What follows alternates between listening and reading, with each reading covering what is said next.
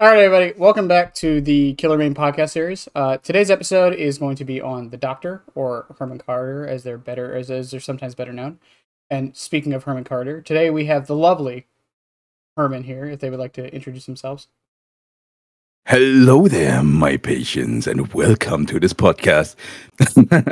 Yeah, I am Herman the Doctor. I'm calling myself always the most passionate Doctor main you will ever find on this universe.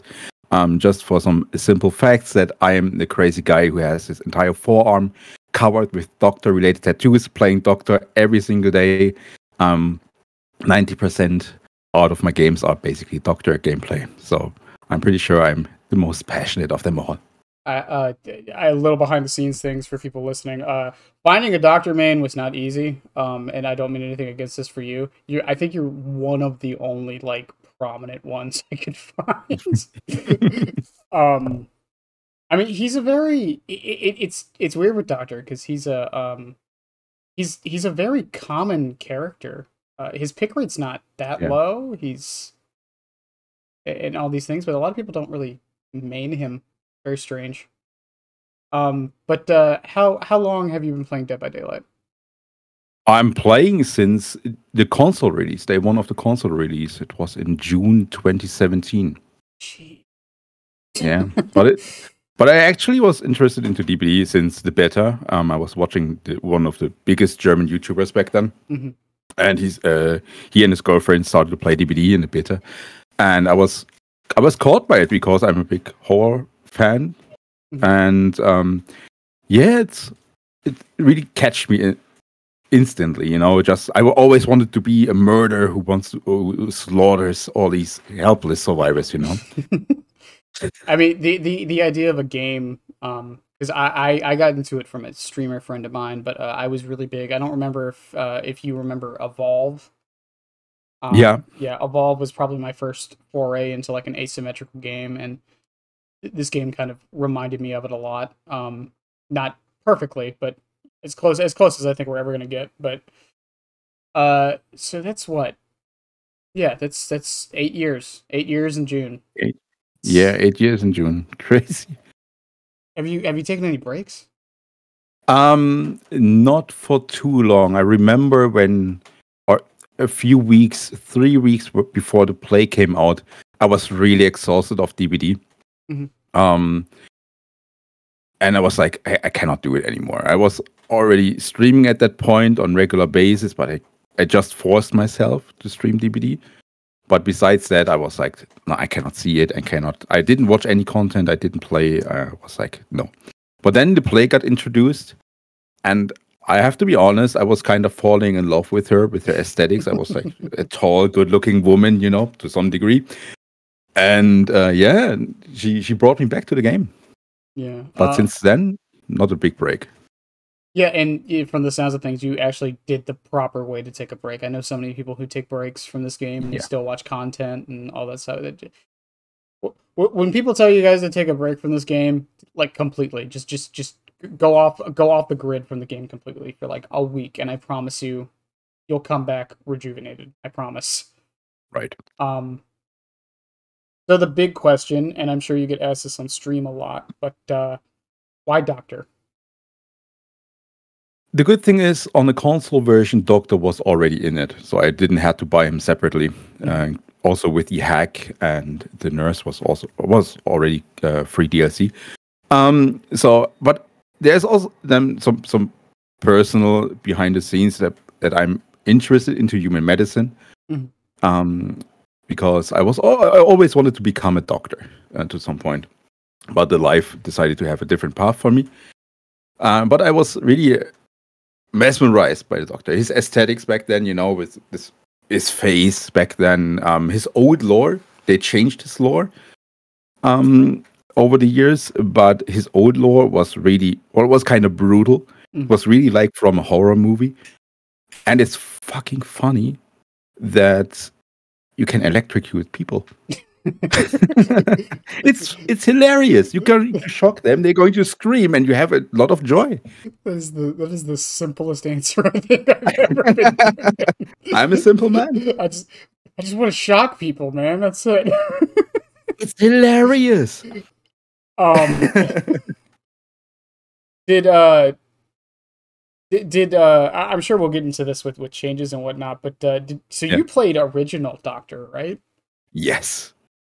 How was Yeah. that? I wasn't around for that, but I've seen it, and heard things. It was different.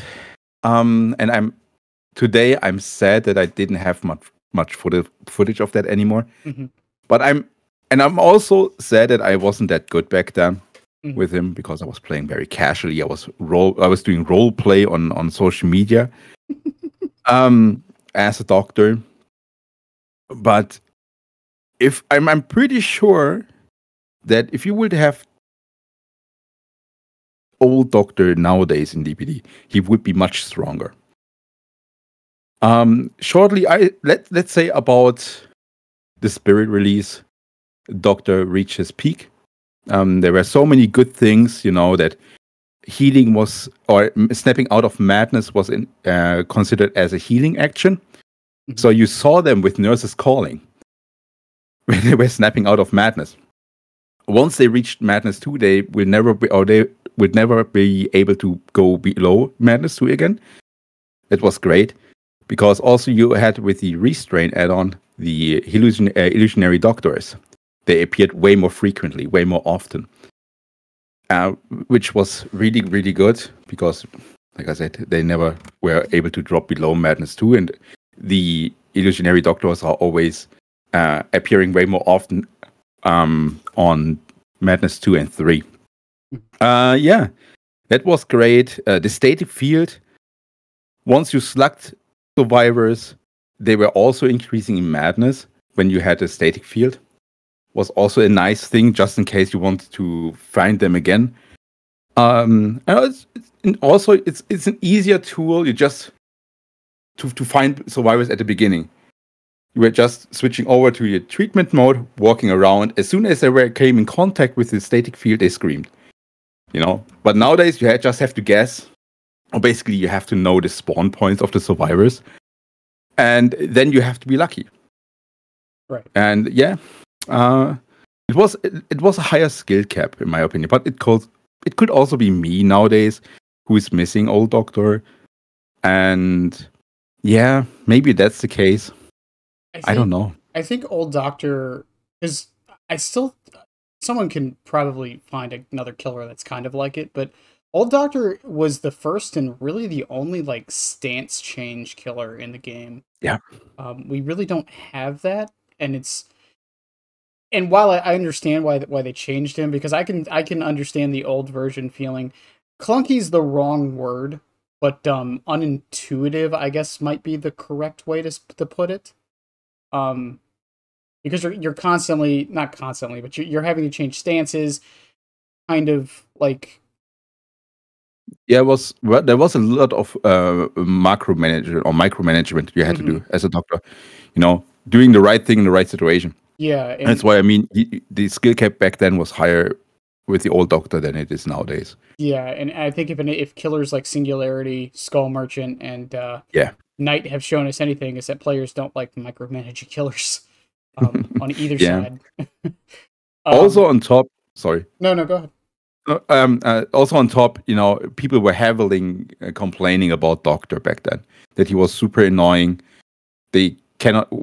Also, old Doctor, when you failed a skill check during the snapping out action, you had to start right from the beginning again. Not like nowadays. You're going to regress a little bit, and then you can continue. It's also all these little tiny things, back then, which bought Doctor more time back then, but were considered by the community as incredibly annoying. And I'm pretty sure that's the reason why they changed the Doctor back then. Yeah, like I think it's similar to. I'm curious what his play rate was back then, especially with smaller player base. I would love to know that as well, because I that often fuels reworks, because as much as I hate to admit it, a lot of killers that they try to rework are ones with really low play rates. Cough twins. To try and encourage more people to play them, because if more people play them, more people buy their skins, etc., etc. But once again, it is funny because really all they did was, while it was a rework, all they realistically did was just kind of combine the stances. Not True, yeah. Not one to one. There, some things were lost, but for the most part, that's really all they did. Yeah, and they made him also a little bit more accessible. Yes. To the audience, to the community. Yes. Speaking of accessibility, we'll get into that here in a minute during this. But the current Doctor, I know he just got the changes recently, which, by the way, I love. He feels so much smoother now. Wonderful. And it was such a small thing. It's ridiculous how big of a difference it makes. Isn't it? It's crazy, right? Just a small little number change, and it makes him so much smoother. Yeah, I said the same thing with Sadaka's a little bit different, but after her third rework, I was like, I love this character now. It's just it's just small little quality of life changes that just make things not feel like you get cheated because you weren't pixel perfect. It's so nice. Yeah. But even after that, are there any changes you would make to Doctor as of now? This includes base kit, add-ons. If you want to get into it, his perks. I know his perks are kind of let's say controversial. At least two of them are. Anything like that? Fun fact, because you mentioned the buffs the Doctor received recently, I was doing a forum post a year ago, April of 23, and the dev was saying he was reading that forum post and he was like, maybe it's not a bad idea to change Doctor a bit. That was, it was really funny. But of course, personally, I think that Doctor is for an M1 killer, he's in not a bad spot. If you don't know how to play against Doctor, you can get easily crushed by him. But on the other side, when people know exactly what they have to do to play against Doctor, it can be really frustrating when you play Doctor. But I also think, what would I change? I would definitely nerf, and that's a heavy word right now, especially after Doctor got buffed. I would nerf the range add-ons because they increased the base shock to 12 meters. They didn't consider to change the range add-ons. So the green electrode gives you 4 additional meters of shock range, and the yellow one gives you 3. So you basically have 7 meters more. So in total, you have 90 meters of shock range. And now just imagine this scenario that you hooked a survivor. And how far does the anti-camp thing goes? 16? It's 16-ish. Someone's going to correct me, but yeah. I believe it's so 16. you have 3 meters. You don't trigger the anti-camp thing, but you can still shock the survivor who tries to unhook. With the 16 or with the 19 in total shock range. That's insane. I think they forgot to nerf that. Wait, because with the change they just did to the unhook thing, does that still work? Can you still interrupt people? I thought you couldn't anymore. Yes. You can. Yes, you can. You can. They reverted that. Oh, they did. From the PDB they didn't implement it into the live servers. I just lost all my credibility ever. Okay. I wasn't aware they reverted there. I saw people complaining about it still, so I thought, okay. No, I was reading it 2 days ago in the night because I was like, oh yeah, right, we got the mid chapter. Let's take a look at the patch notes. It's like, yeah, but it's crazy. Actually, you can still actively camp someone without getting punished. That's crazy. It's just in terms of game balancing, it's not that smart and good in my opinion. Yeah. But there are some other add-ons which are controversial, I would say, or which I really don't like. Maple Knight is a great example. Maple Knight is the add-on which shows you the range of the shock, which is never accurate because you're always in movement. And as soon as you shock, the shock is staying at the same length on the ground, but the Maple Knight still shows you have still more range. So it's like total mess, that add-on. Just I would love to see that changed. But also some base things on Doctor, considering Madness is pretty much nothing more than, once you reach Madness 3, you cannot do any healing or totem or gen repairing. So you have to snap out. That's basically it. So there are no other things on Madness for the survivors which they have to think about. And it's just, I would love to see, and maybe I'm just too much biased at this point as a Doctor main, but now imagine the illusionary doctors are walking towards you.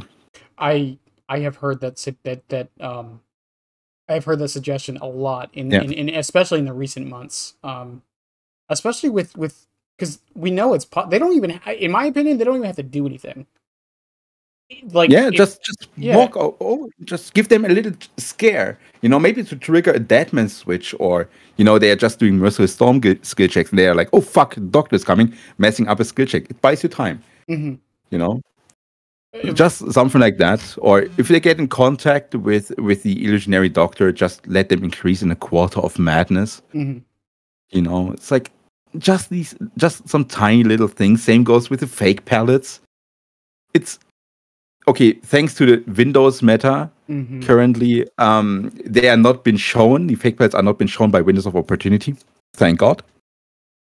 But at the end, if you're going to pay attention, and when you play against the Doctor, or if you want to check it out by your own, if you pay attention, there are always the broken splinters from the pallets beneath the fake pallets. So if you pay close attention, you already can see that this is fake or not. So if you just, it's just for people who really pay attention. But just also when you walk through one of these fake pallets, just give also maybe a quarter of madness or so. Because right now it just feels like, oh look, okay, they were walking through this, ha ha ha, okay, we laughed about that. It doesn't have impact. Nothing has really much impact. That's the thing. Yeah. Anything like that, anything that like requires, it's kind of similar to like Freddy's fake pallets as well. If the survivor knows it's a fake pallet, it doesn't, and that's always been the argument of why the snares are better, because it's a situation of, if they know it doesn't do anything. Right.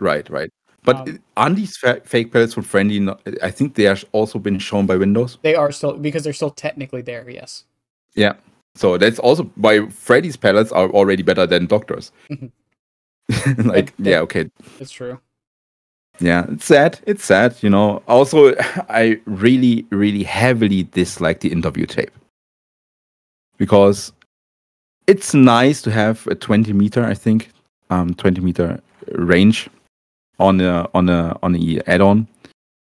It's nice to have, but it's only 2 meter wide. So especially, and now I have to break the wall, that especially for controller players, which I am, I play on Xbox. It's so difficult to make some good precise shocks when the shock is only 2 meter wide.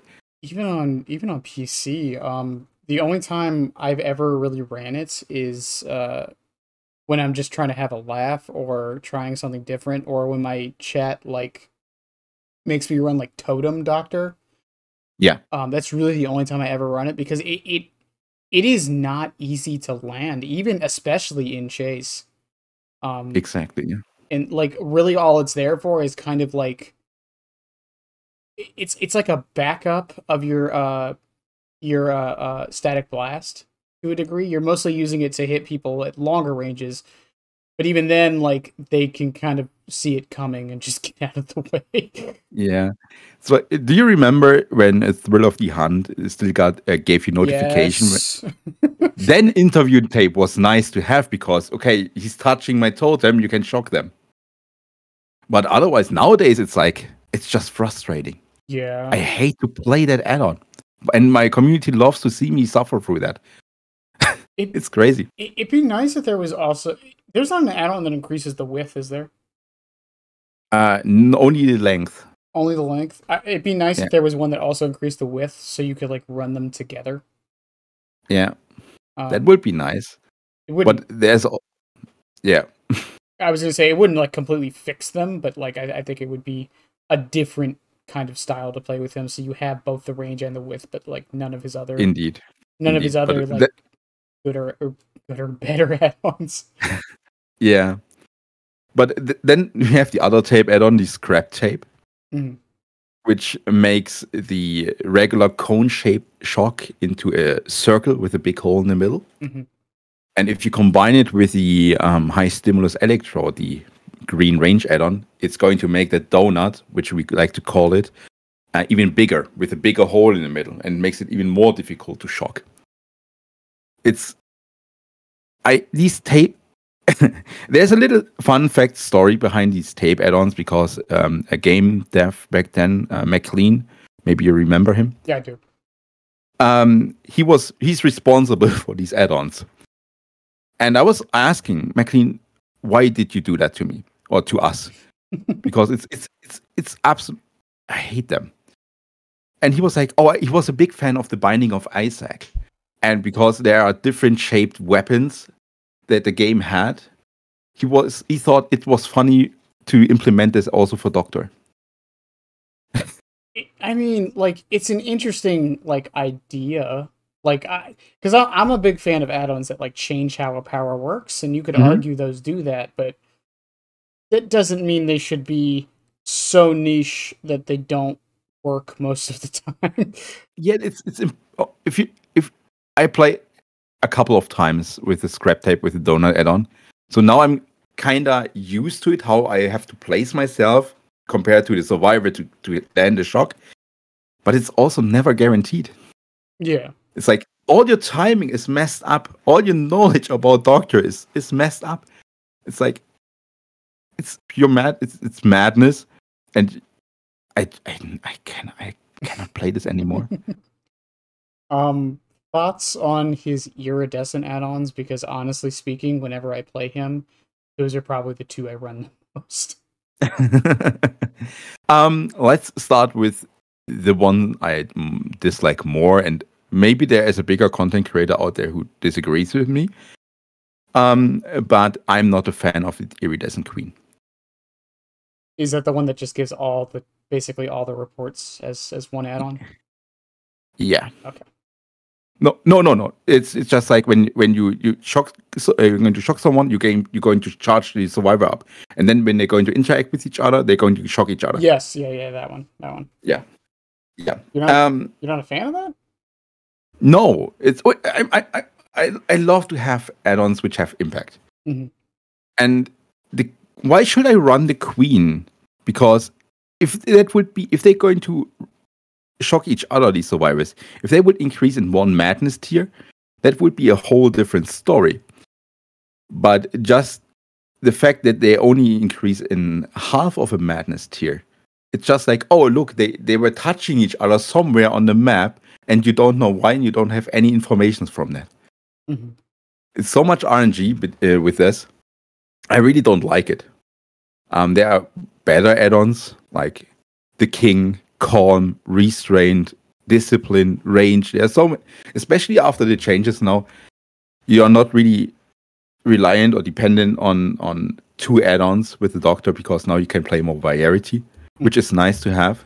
And yeah, because speaking about the King, he has so much more value now, because he combines all the key elements from all the other 4 purple add-ons.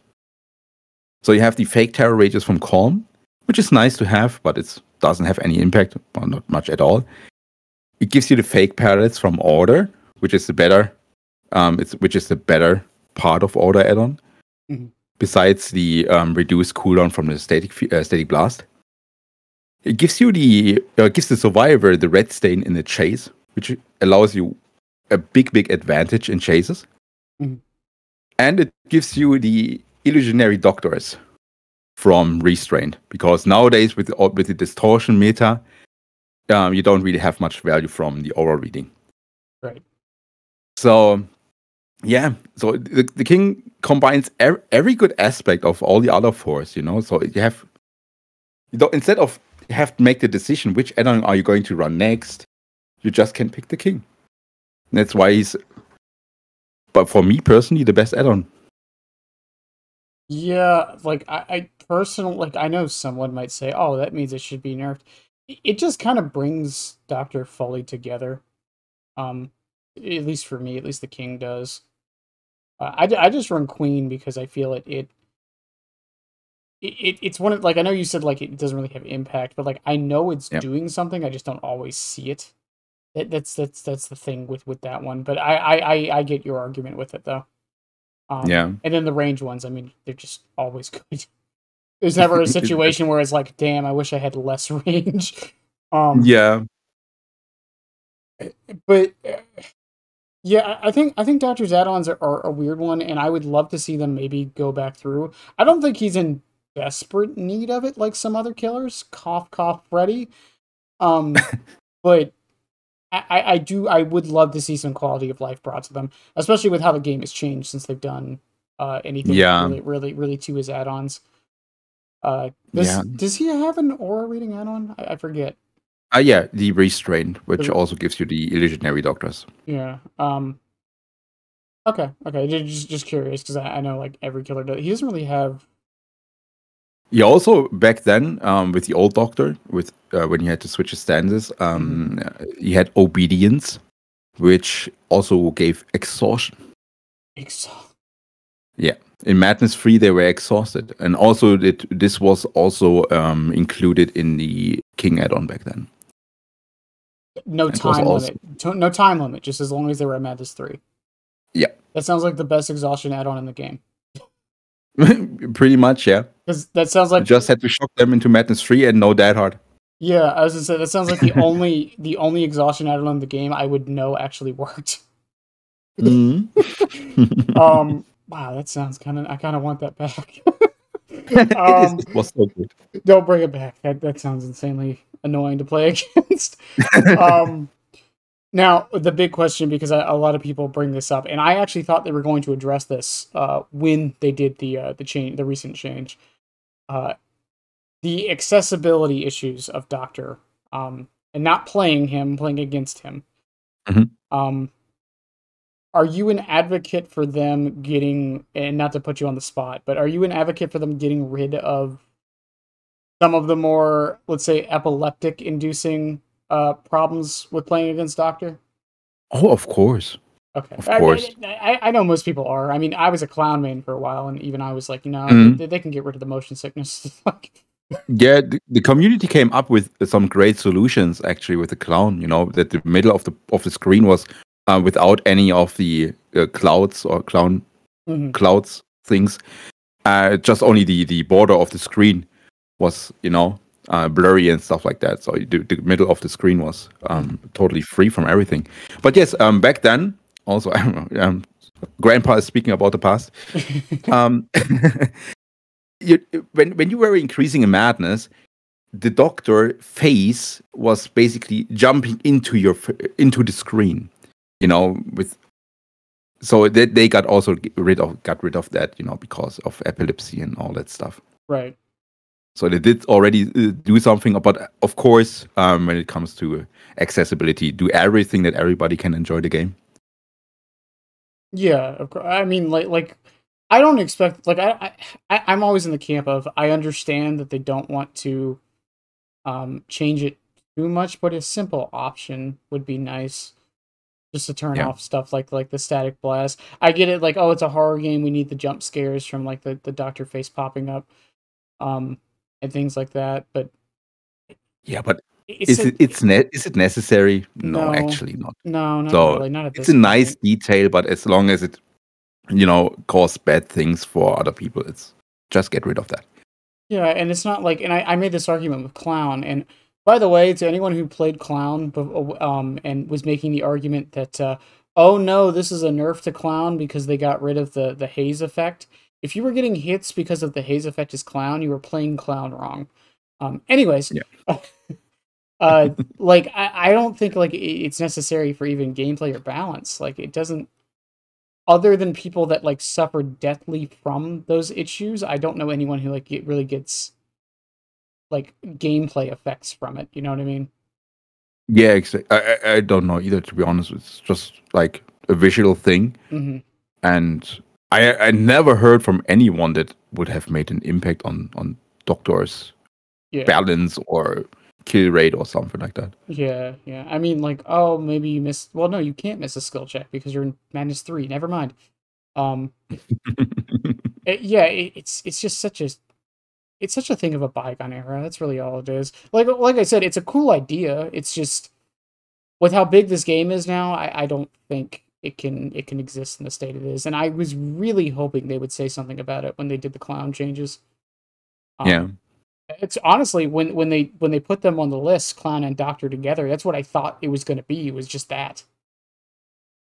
Because Yeah, it was. I was also, like I mentioned it with the community ideas. I was also thinking like, okay, finally there is something going to happen with clown, especially. yeah, But my idea for clown, because I know some people, like I said, are still stubborn and think that the haze effect really was important to his kit. My suggestion was just make it so when you're in the cloud, you get like reverse controls or something. that's all. All these newbies. Well, Oof, oof. my thing with Hot that, topic. is like because once you learn it, you can kind of play around it as if it doesn't affect you, Yeah, but it still also gives the disorienting effect. true. But damn, that sounds rough. I was like, It sounds super funny when you play the clown. mhm. Like you can laugh all the time about the weird behavior of survivors. But damn, this is a great idea. I like it actually a lot. Yeah, my idea with that was just like I said, once you like if you know it's coming, you're playing against a clown and you're good at the game or like know what's about to happen. The moment you run through a purple bottle, you can prep yourself and start using the Yeah. backwards controls. So in essence, it wouldn't do anything to good players, and it would probably realistically only affect like newer to moderate players, which I think is fine. Like I know we try to like be more sympathetic to newer players, but at the end of the day, they still need some kind of a challenge. Of course. Um, Cannot hand everything to them. exactly. Um, we kind of didn't really mention it, but any changes to his teachables at all? That would be overcharge. What unnerving? Well, What's the other two? they overcharge, overwhelming presence, and monitor abuse. Mm, mm, Well, they changed monitor since the FOV slider came out. So they mm, removed the FOV, which was going in and out and in and out and in and out, totally crazy. So there's also a reason why I never played monitor, because it gave me almost motion sickness. mm. Also a quality of life thing that we talked about earlier. It's a good thing that they got rid of that, because it was just annoying. But I think also I agree to the devs that monitor and abuse is already as unique as it is how it is.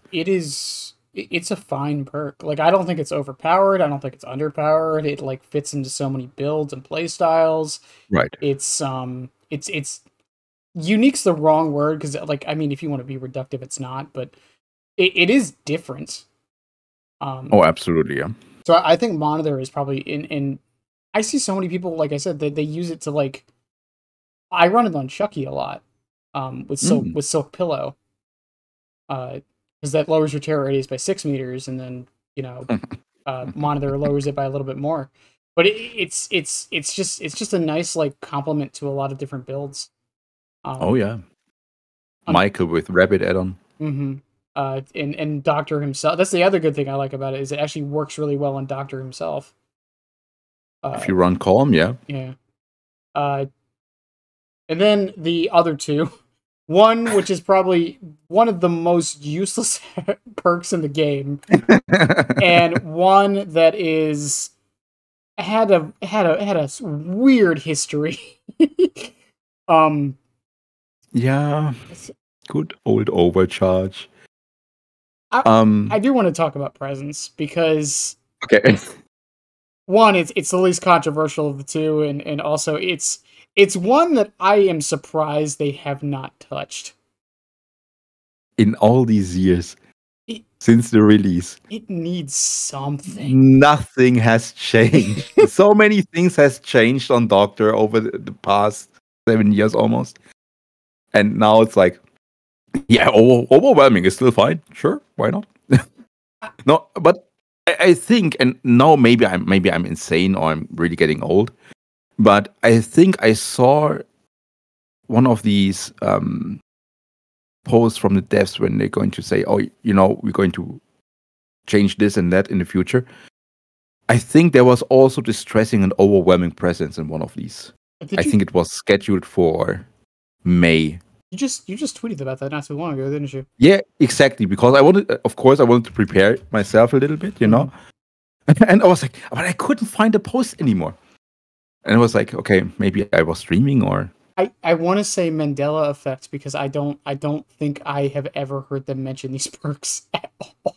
I mean, I could be wrong. Like I could. They might have, and it might be the situation like with when people were like, oh, they put Larry on the killer rework list when they said, when that was actually an old list that they updated. So it could be a situation like that. Maybe. I remember that as well because they removed Doctor for Larry. And I was really upset. I was like, how can you? Doctor. I was so excited for the Doctor change. And then they're like, oh, you know what? Yeah, singularity is way more important. Yeah, sure. Singularity's fine, people. Just take 10 minutes to learn him, please. Anyways. And then... Yeah, overwhelming. Yeah, I don't know what they could do to it. They have to rework it completely. Because what else are you supposed to do with that one? Because because the thing is, it's like, okay, you want to counter items, okay, just bring Franklin's. Exactly, it's a way better option. The only thing that overwhelming presence does better than Franklin's is if you're playing against someone using Champion of Light. Okay, and yeah. How often is that happening, realistically? Exactly. Yeah, and also they have to be in your terror radius. Yeah. It's not like, look, on the other side of the map, there's someone repairing a generator with a Cornelius toolbox and brand new part or, socket swivel or what else. Like, it doesn't have any impact. It's like... What if they what if they reversed it? What if they made it so when you're outside of the terror radius, items? That would be nice, to be honest. But are you really that afraid of items? Depends on the. I mean, I don't know about you. That would also completely gut medkits. Now that I think about it. Yeah, but they have enough for one heal. So. Yeah, that's a good thing. It was a good change, to be honest. Nice medkit change, but I really still think toolboxes can cause some trouble. Yeah, a couple of years now, and also like perks like build to last or scavenger, which especially when I want to gen rush and I play survivor, I take always scavenger with me, stake out, and then just let go. Toolboxes are in a weird spot because I'm in the camp of I'm fine with things that like make stuff like healing or picking up or taking to hook faster, but things that like actually affect the main objective on both sides, like things that make like I think Monster Shrine's a little bit different, but things that like make the actual objectives, like the baseline objectives, shorter, I think are really, really need to be looked at. Because it's kind of it's just depressing sometimes when I'm playing killer and I'm like, oh, that gen will take them 90 seconds and they do it in like 45 because they had the best toolbox imaginable and a bunch of perks that like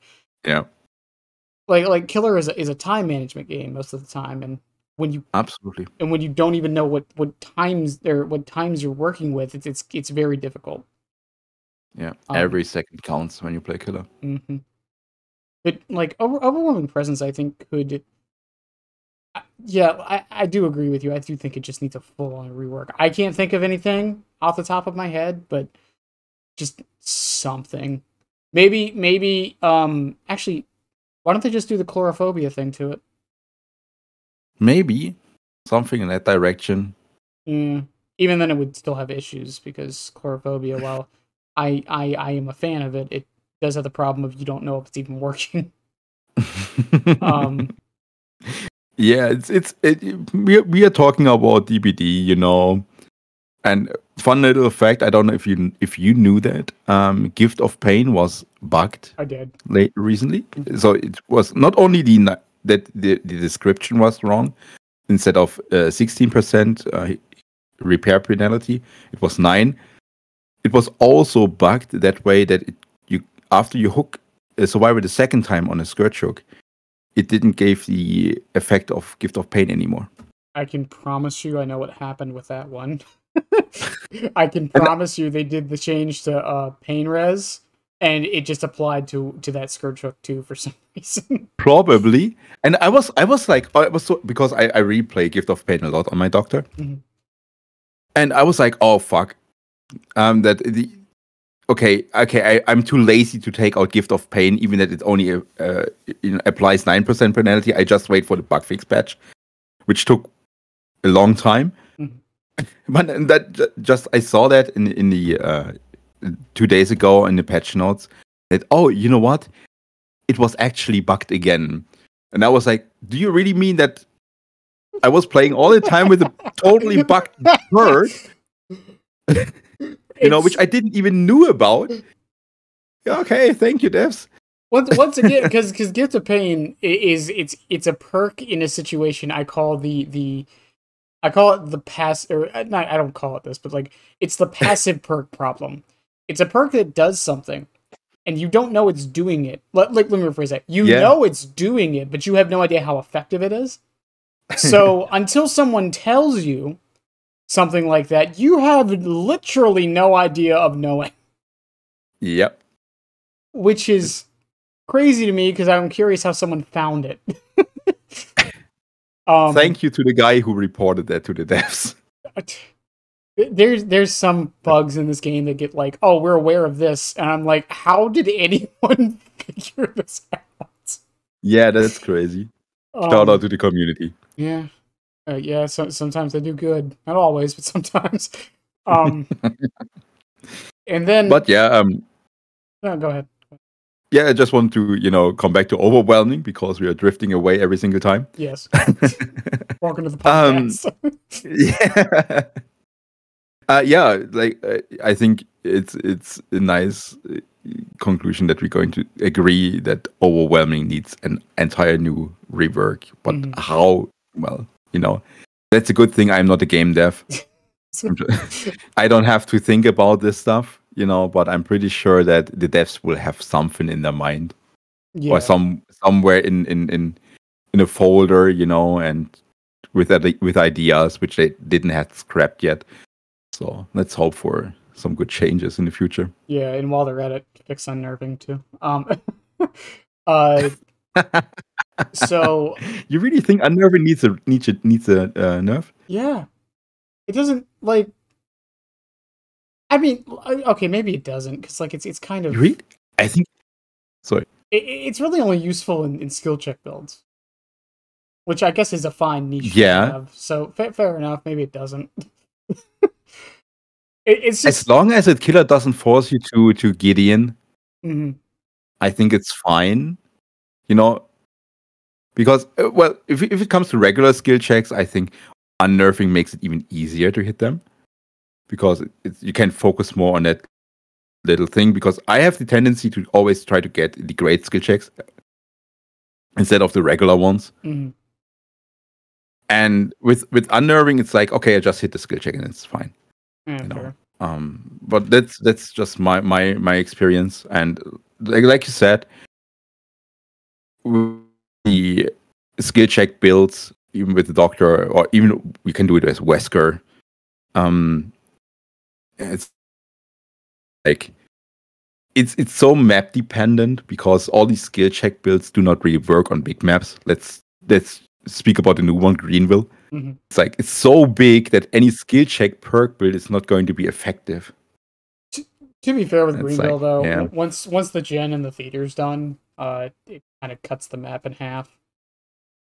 But yeah, Yeah, also that one with the statues in a little park area. Yamaokas. There's a no on Greenville. There's a Okay, pretty yeah, much at the end. yeah. There's a statue or three statues. There's a gen always. So I would never care about that one. Yeah, I never really thought about that. Once those two gens are gone, it's just kind of the middle of the map, and that's really it. Yeah, but it's not up to us as killer, because when survivors play it, that's smart, and like, okay, let's just keep one of them for last. Mm-hmm. Then yeah. Oh, okay, but it's a different topic. Yeah, the now the elephant in the room kind of overcharge. This perk went from one of the worst perks in the game to the most meta-defining perk in the game to now I never see it. I don't even think it's bad. It's okay, yeah. It's just it's there. Yeah. It's funny to me because it's kind of like a quality of I would consider it a quality of life perk. And one of those perks where like you don't run it, but when you don't have it, there are times when you're like, damn, I wish I had it. You know what I mean? Like you'll go to a gen, you'll kick it, and you're kind of and no one hops on it for a while. You come back to it and realize it's still regressing, and it's like only halfway, and you're like, man, if I had overcharge right now, it would be gone. Yeah, true. Same with Call of Bright. Yeah, it's even after the nerf. And apart from the 6 months? I think it was 6 months. Apart from the 6 months 3-gen meta, I do think the perk is okay. I don't think it needs a change anymore. I think it's perfectly fine. Honestly speaking, I would be cool if they got rid of the skill check part of it. It's kind of. I think so. Just there. Maybe that's just a me thing. But isn't that the thing that makes Overcharge unique for its own? Yeah, I guess that does make it different from Call of Brian. Because it was always like that. Mm-hmm. It always gave this skill check. It's kind of sad that they changed the numbers from 100% starting regression, and it increased over the time. It's now down to 85 at starting. Mm-hmm.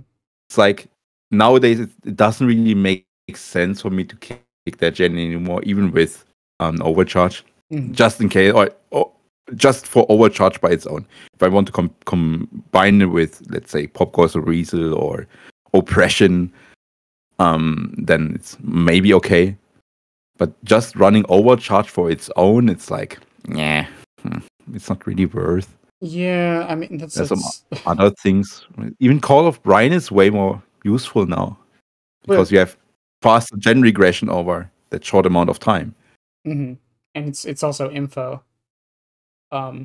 Also, yeah, which I think is it's a part of Call of Brian. I feel like people forget is part of the reason it was so good. It wasn't just the regression; it was also the info.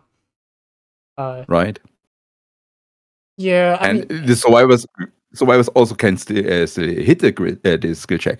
Mm-hmm. So you basically don't have anything from that perk. You have less gen regression from the beginning, and you don't even have the notification that they messed up with the skill check. Yeah, and it's one of those things too where it's like it's kind of banking on them playing bad because like if you kick a gen long enough and it's regressed long enough for the survivors not to hop back on that, either you're camping the gen, which you should almost never be doing, or the survivors just didn't go back to it to even attempt to tap it, which means they were just playing bad.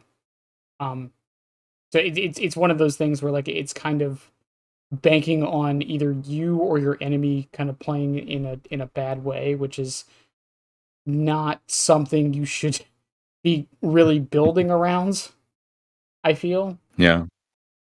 Yeah, that's the thing. But yeah, it's like I think now we are back to the topic of time management. Is it worth to kick gens, especially now that you can kick the gens only 8 times? Mm-hmm. Now you have to consider: is it worth to do it now? You know, it's like I don't know. Became really pretty much complicated these days. You know, just for for that little thing of kicking gens or not. Yeah, and Is it worth to kick a gen because only it has 10%? Or maybe 15, 20? Is it worth then to... I mean, there's a lot of factors. Is anyone nearby? How big is the map? How many gens are left? Like, but yeah, like Overcharge, I don't think it needs a buff, but I do think they kind of went a little overboard with the nerf. Because I would... I was just gonna say I feel like it kind of it got kind of stuck in the crosshairs with Call of Brine, right? Because the problem wasn't the perks individually, the problem was the combination. And I feel like if you nerfed one of them, the other probably didn't need it too, but they went ahead and did both. Technically all three because Eruption, but that one's warranted. That one's way more warranted than these two were. It's meta back then. Oh my god. I don't know how I lived through it. I didn't even really do it. Same. Personally, I hate kicking gens. It's just a time waste for me. Yeah, I try not to. Like I said, circumstances abide, but a lot of times I try not to if I can help it. Yeah. But I think Overcharge is. I would like to see it maybe buff slightly, but I think it's fine where it is. Realistically speaking, I think a perk like that is more of a complementary perk than like a good perk on its own, which honestly I think we don't have enough of. That's true. I see it then now with my doctor brain. Now we have the packages to sell the DLCs, but it maybe give Overcharge as a selling point besides Doctor. Mm-hmm. It's a nice perk to have. If they would increase it to 100%, and then it's going to go up to, I think it's 130%, then it's fine. Then I would stay it forever like that. Yeah, I think forever like that. Yeah. Yeah, I think that would be perfectly reasonable, especially considering how fast gens can go. So. Yeah. So, getting away from Doctor's Teachables, what are some normal builds you typically run? And I'm sure you have some meme ones, and there's the obvious ones. I'm sure you're not opposed to skill check Doctor and whatnot, but typically speaking, if you're just going into a match randomly and just want to play, what do you usually run? Well, first, to my defense, I always play to win. Mm-hmm. The thing is, thanks to the nice, good working SBMM. Yep, 100% works all the time. Yep. Yeah, you never know. You never know what kind of survivors you will get. As soon as you're going to sleep, the first minute on the early game, maybe the game is already decided because you wasting time. You didn't have a good chase at the beginning because the people are just Elysium or so comp teams. So they feel like that, it's like you're wasting so much time and they're going to beat the living shit out of you just because you didn't took it really serious. You're like, oh yeah, I'm just, having some good time, shocking here, shocking there, It's like, and then, oh fuck, yeah, 3 gens are already gone after your first down. That's something I regret the most because that pisses me off. Because I have a very competitive background. And yeah, then it's like I always start with I mentioned it, Gift of Pain, because I like to have perk builds which I get rewarded from having a good chase, just like Gift of Pain. I run in combination that with Pain Res. Of course, you need some gen regression. So you have basically one perk or 2 perks in one interaction after hooking someone. I also run Search because because it's nowadays that Painrest has only 4 stacks. I would love to have a little thing just to make gens regress without kicking them, which is nice. And then I'm just going to be, well, maybe some people don't like it, but I like to run the core add-on just for the bigger terror radius, and then comes DMS in play. Deadman switch. Also, it synergizes really well with Painrest. And if I go more into the middle of the map, I can blast them away from the jet. Yeah. Which is that's my go-to build if I really want to go for wins, or if when I play on stream for win streaks or stuff like that. I really think it's the best perk build currently. If you really want to go straight forward for wins and not memeing around or so. I'm a fan of, and I've been watching some of the footage in the background, but I'm a fan personally of Say the Best on him. Yeah. And Coup. I was doing do you know who Aranad is? Who? Aranad. Oh, the clown man, yeah. Yeah. I was doing his clown build with a save, rapid, and Coup. I was doing it on every killer to see how good it worked. Doctor was probably the best user of it apart from Clown. You would be surprised how useful coup de grace is on Doctor. There are so many loops when you get the shock off, and normally you wouldn't be able to catch them. You'd have to kind of like awkwardly wait and mind game them into forcing them to go over the pallet panically. But with coup, you don't really have to. It was just very, very nice. And he's an M1 killer, so safe is of course good on him. And like you said, jolts or surge or whatever it's called these days. Yep. Which is it's just a momentum thing for me with that perk in particular. It's a like you said, you don't have to waste time kicking gens. It kind of just happens on its own. You gotta think too much with it. When it works, it works. When it doesn't, it doesn't. It's just kind of there. But the thing personally I have with coup is that, well, maybe maybe it's tied to my game or to my playstyle with Doctor, but I like to lock survivors between pallets and a room or a certain area, so that I will get my guaranteed hit before they're going to be able. Let's take the shack as an example. Maybe you have seen it. The shack tech that I never break the shack pallet for a good reason, because every single time when they try or when they are in the shack, I'm going to lock them inside the shack with a shock. So then I'm going to get my guaranteed hit on them. Yeah, you just that also means that I have to lunge every single time. And I would just waste every single time a coup stack, and that would be, too sad for me to waste them in just with my regular play style. Okay, I can see that. I got you. It's not a perk for every. I just ever since I did it with every killer, I've coup is kind of like my guilty pleasure perk. It's one of those perks I feel like it's nice. It's satisfying. Yeah, and it's kind of a backup plan. Yeah, I don't know. Do you know Gaming Athlete, the Dredge main? I do. Yeah, he's so incredibly good, and he's playing Coop every single time. And not only in general that I have the feeling that Dredge has a longer lunge attack than Doctor, as an example. It looks just weird, but okay. But he's using that Coop so well every single time. It's really satisfying to watch. Yeah, it's also like it's a different kind of you think about loops a little bit differently with it, I feel.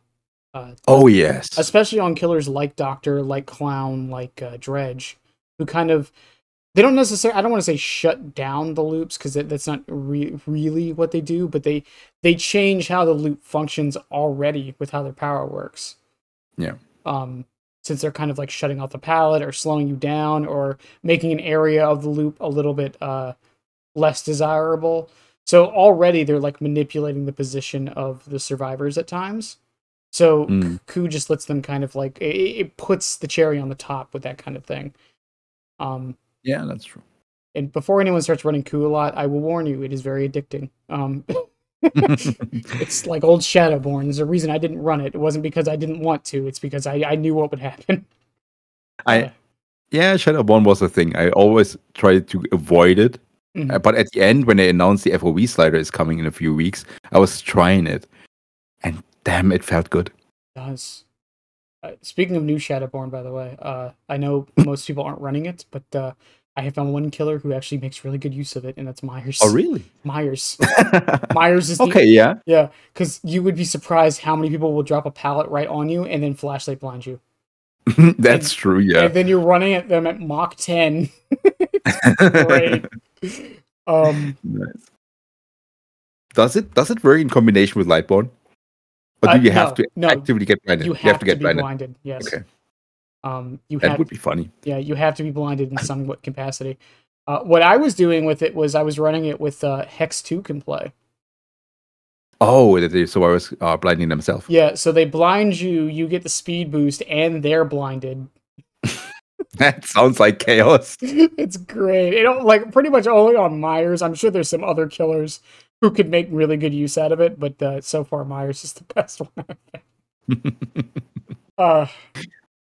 But yeah, you also mentioned Save the Best, and I like to play Save the Best as well, especially in combination with Rapid Brutality. Yeah, it's so good. Rapid is like I know it really realistically is only good in combo with Save, but like there's some killers who like make the most out of it. Once again, Doctor, Clown, Dredge. I feel like those Singularity as well. Yeah. I feel like those are the killers that like just make the most use out of it. Also, I know I've said this before and it's a little tangential. I really wish we had more perks like that. Like I'm not the biggest fan of like all these perks that are kind of like universally good. I'm more a fan of perks like Save, like Rapid that are kind of only good on like 4 or 5 killers, but those killers make them better. If that makes sense. Yeah. Because, like, I mean, Plague isn't running an M1 build. By the way, if you're curious, she was the worst user of Coup. By far. Oh my god, that match is burned into my brain. But yeah, it's just interesting because I also think Doctor is because he's an M1 killer. He's very malleable. Yeah. It's a blessing and a curse. You can realistically run pretty much anything on him. That's a cool thing about Doctor. You can do so much. Just want to mention again, Save the Best in combination with Rapid Brutality. That before Doctor's buff or his base kit changes, when Rapid Brutality came out, I was testing it in combination with Save the Best and Green Range add-on, and it was so crazy because I did it on Father's Campbell Chapel. I hit them in an eyeball, what some people call it Pelagim, and then they went up to they had Overcome also, so they were running with Overcome away. They were running up the stairs to the church, and then where the generator spot is, there's sometimes also a window that they can jump over it. And I was able to catch up with Rapid Brutality, and thanks to Save the Best, 8 stacks, shocked the survivor that they denied the window vault. So it was. I'm pretty sure I uploaded somewhere that clip. It was absolute brutal. They had Overcome. Yeah, they were actually made to run away from me, but no, not with Rapid, Save the Best, and Range on Doctor. It's totally insane. Yeah, and I mean the reason it works so well on like Clown is pretty much the same thing, except like while you're running super fast with Rapid, you just kind of chuck the bottles to slow them down. You're catching up to them in like 5 seconds, and there's nothing they can do. Especially nowadays after a Clown's buff with the invigoration it's like you can catch up so easily on the survivor. It's broken. It's insane. Yeah. Also, fun fact with the changes to Clown. For those who are newer to Clown and would like to know how to use the invigoration a little better. Hold it until it glows. You'll see a little sparkle. Look slightly up and toss it. It will land directly at your feet when it turns yellow. I promise. Every single time. Also, if you hit a survivor, it activates half a second faster. Yeah. And you can catch up so fast. It's insane. It's insane. That's. I really think after these changes. I think Clown is probably one of the best chasing killers. I've said this for so long. I think Clown has always been this character that like people like I think feel I don't want to say underrate, but I think they underestimate. Yeah. There are a lot of loops in this game. He just wins for free if he knows what he's doing. Absolutely. There was a Clown streamer back then who stopped doing that. And he had such a good eye for his environment to throw his bottles at so the clouds are spreading around. Mm-hmm. Especially at some certain loops or also even in the shack. It was mesmerizing to see because he always got his hits, and then Rapid Brutality came out, and it was even more amazing to watch. Yeah, I mean, I'm like I mentioned Aeronet earlier, but it's like Aeronet makes Clown look S tier. Like absolutely, yeah. Don't get me wrong, Clown isn't S tier, but he makes him look like shit. But that's great. That's great about this community. That people are taking time. Even like we have so many people like who are listening to other content creators and who are saying, okay, we have Nurse, Blight, Spirit, maybe Wesker, or pick someone else, who's A to S tier.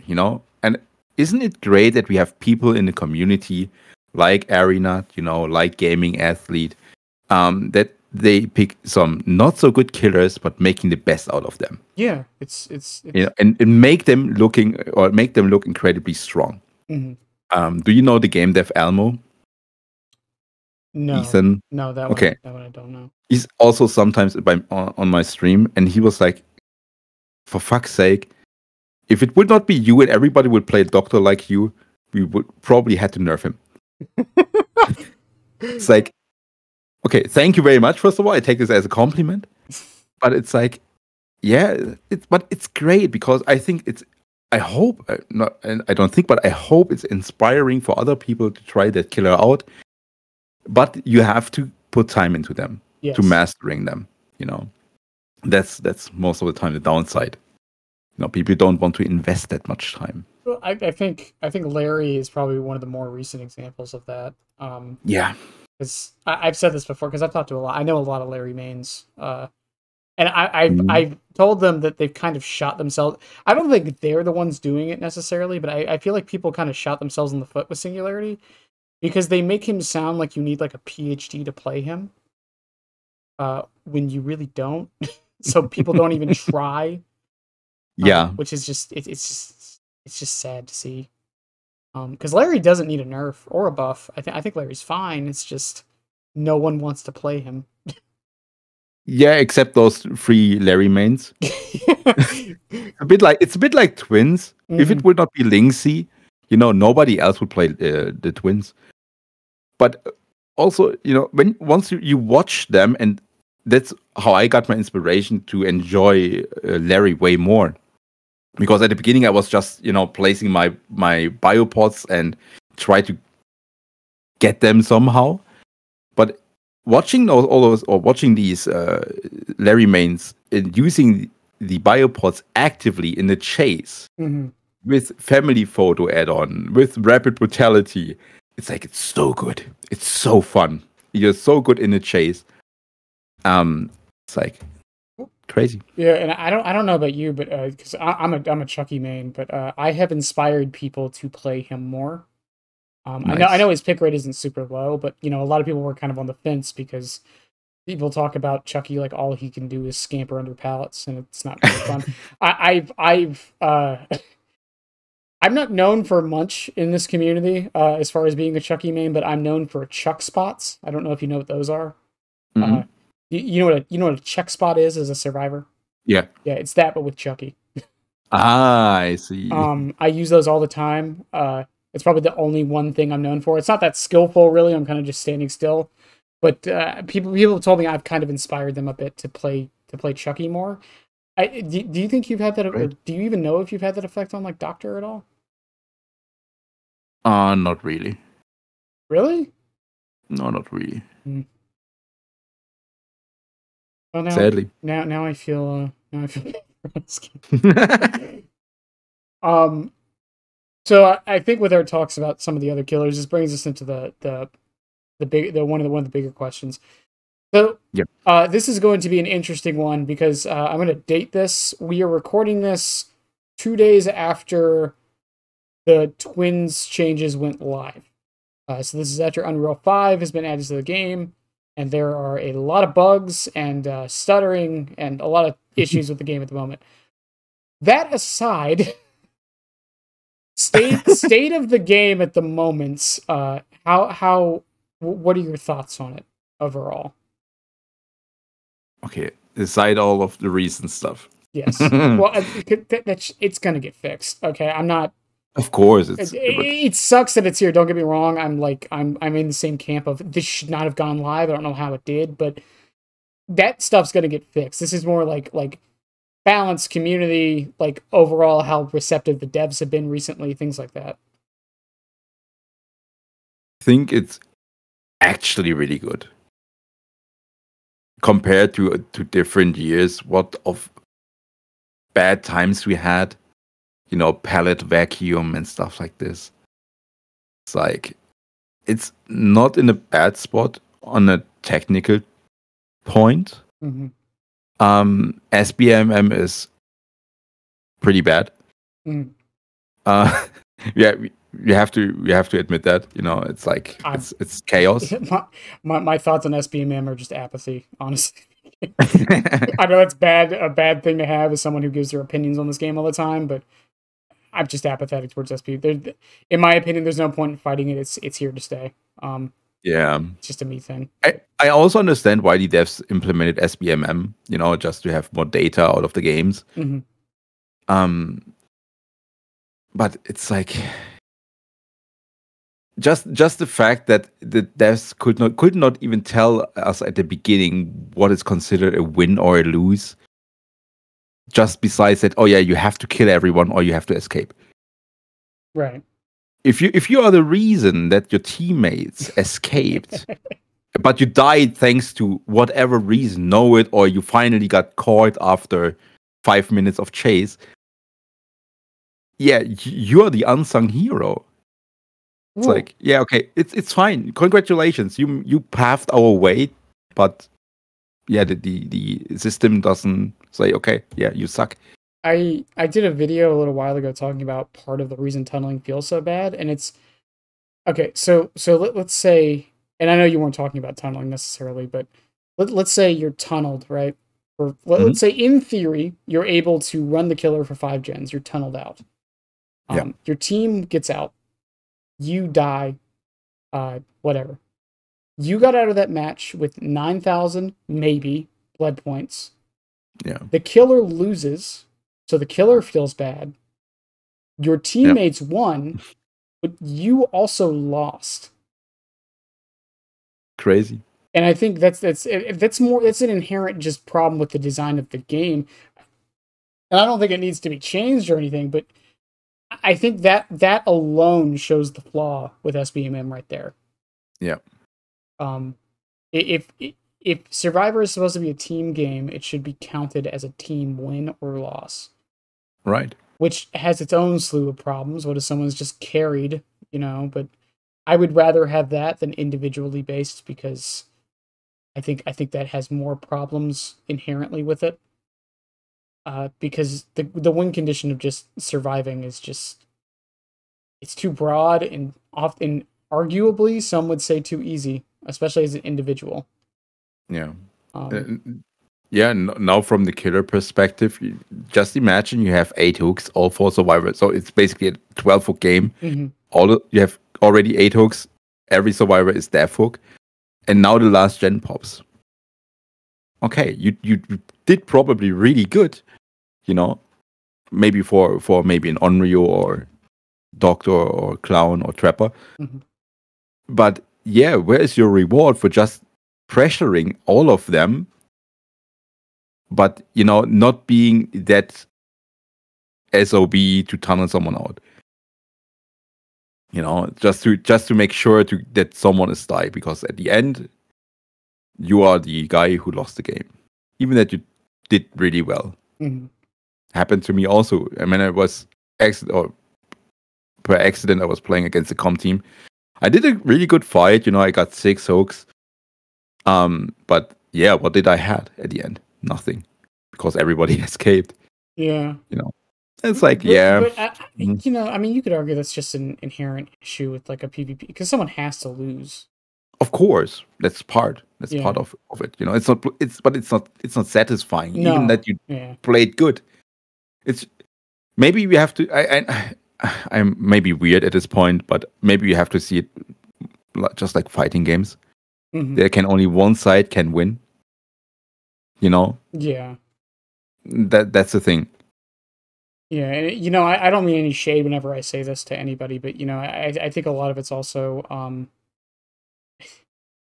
it's kind of a mentality, like, because I know people complain about SB all the time. It's like, I have to play sweaty, I have to do all this, and I don't play sweaty really, and I don't like do any of this, and I like win like I'd say like 70% of my matches. Yeah. By win I mean 3K at least. I don't really care too much about the 4K because of how hatch works, but exactly. And yeah, it's just like, I don't know. Sometimes I wonder if it legitimately is just. I don't even mean necessarily a Dead by Daylight player mentality. I just think it's just human nature to want to win. Obviously, it's just how we're hard coded. But exactly, for me, like winning in this game, like feeling satisfied is if I got a cool play of some kind during the match. That's really all I'm looking for. The end result doesn't mean too much to me, but I understand most people aren't like that, and SBM does kind of kill the fun that way for a lot of people. But I totally go ahead. No, I just want to say I totally agree with you, and I really like your point of view on that. Because you are mentioning it, that we are built like that. Mm-hmm. We don't want to lose. We take everything a little bit maybe too serious when it comes to competitive things. Mm-hmm. Even Mario Kart can be competitive. Why are so many controllers are broken because of Mario Kart? Because people hate to lose. That's the same goes for fighting games or anything when you have a PvP game. It doesn't even have to be a video game. Even board games. Mm-hmm. Because people don't like to lose. Here's the difference though with Mario Kart, at least most of the time.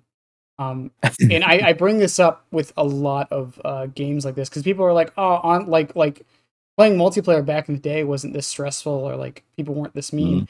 The difference is you were in the same room and those were people you knew. Yeah.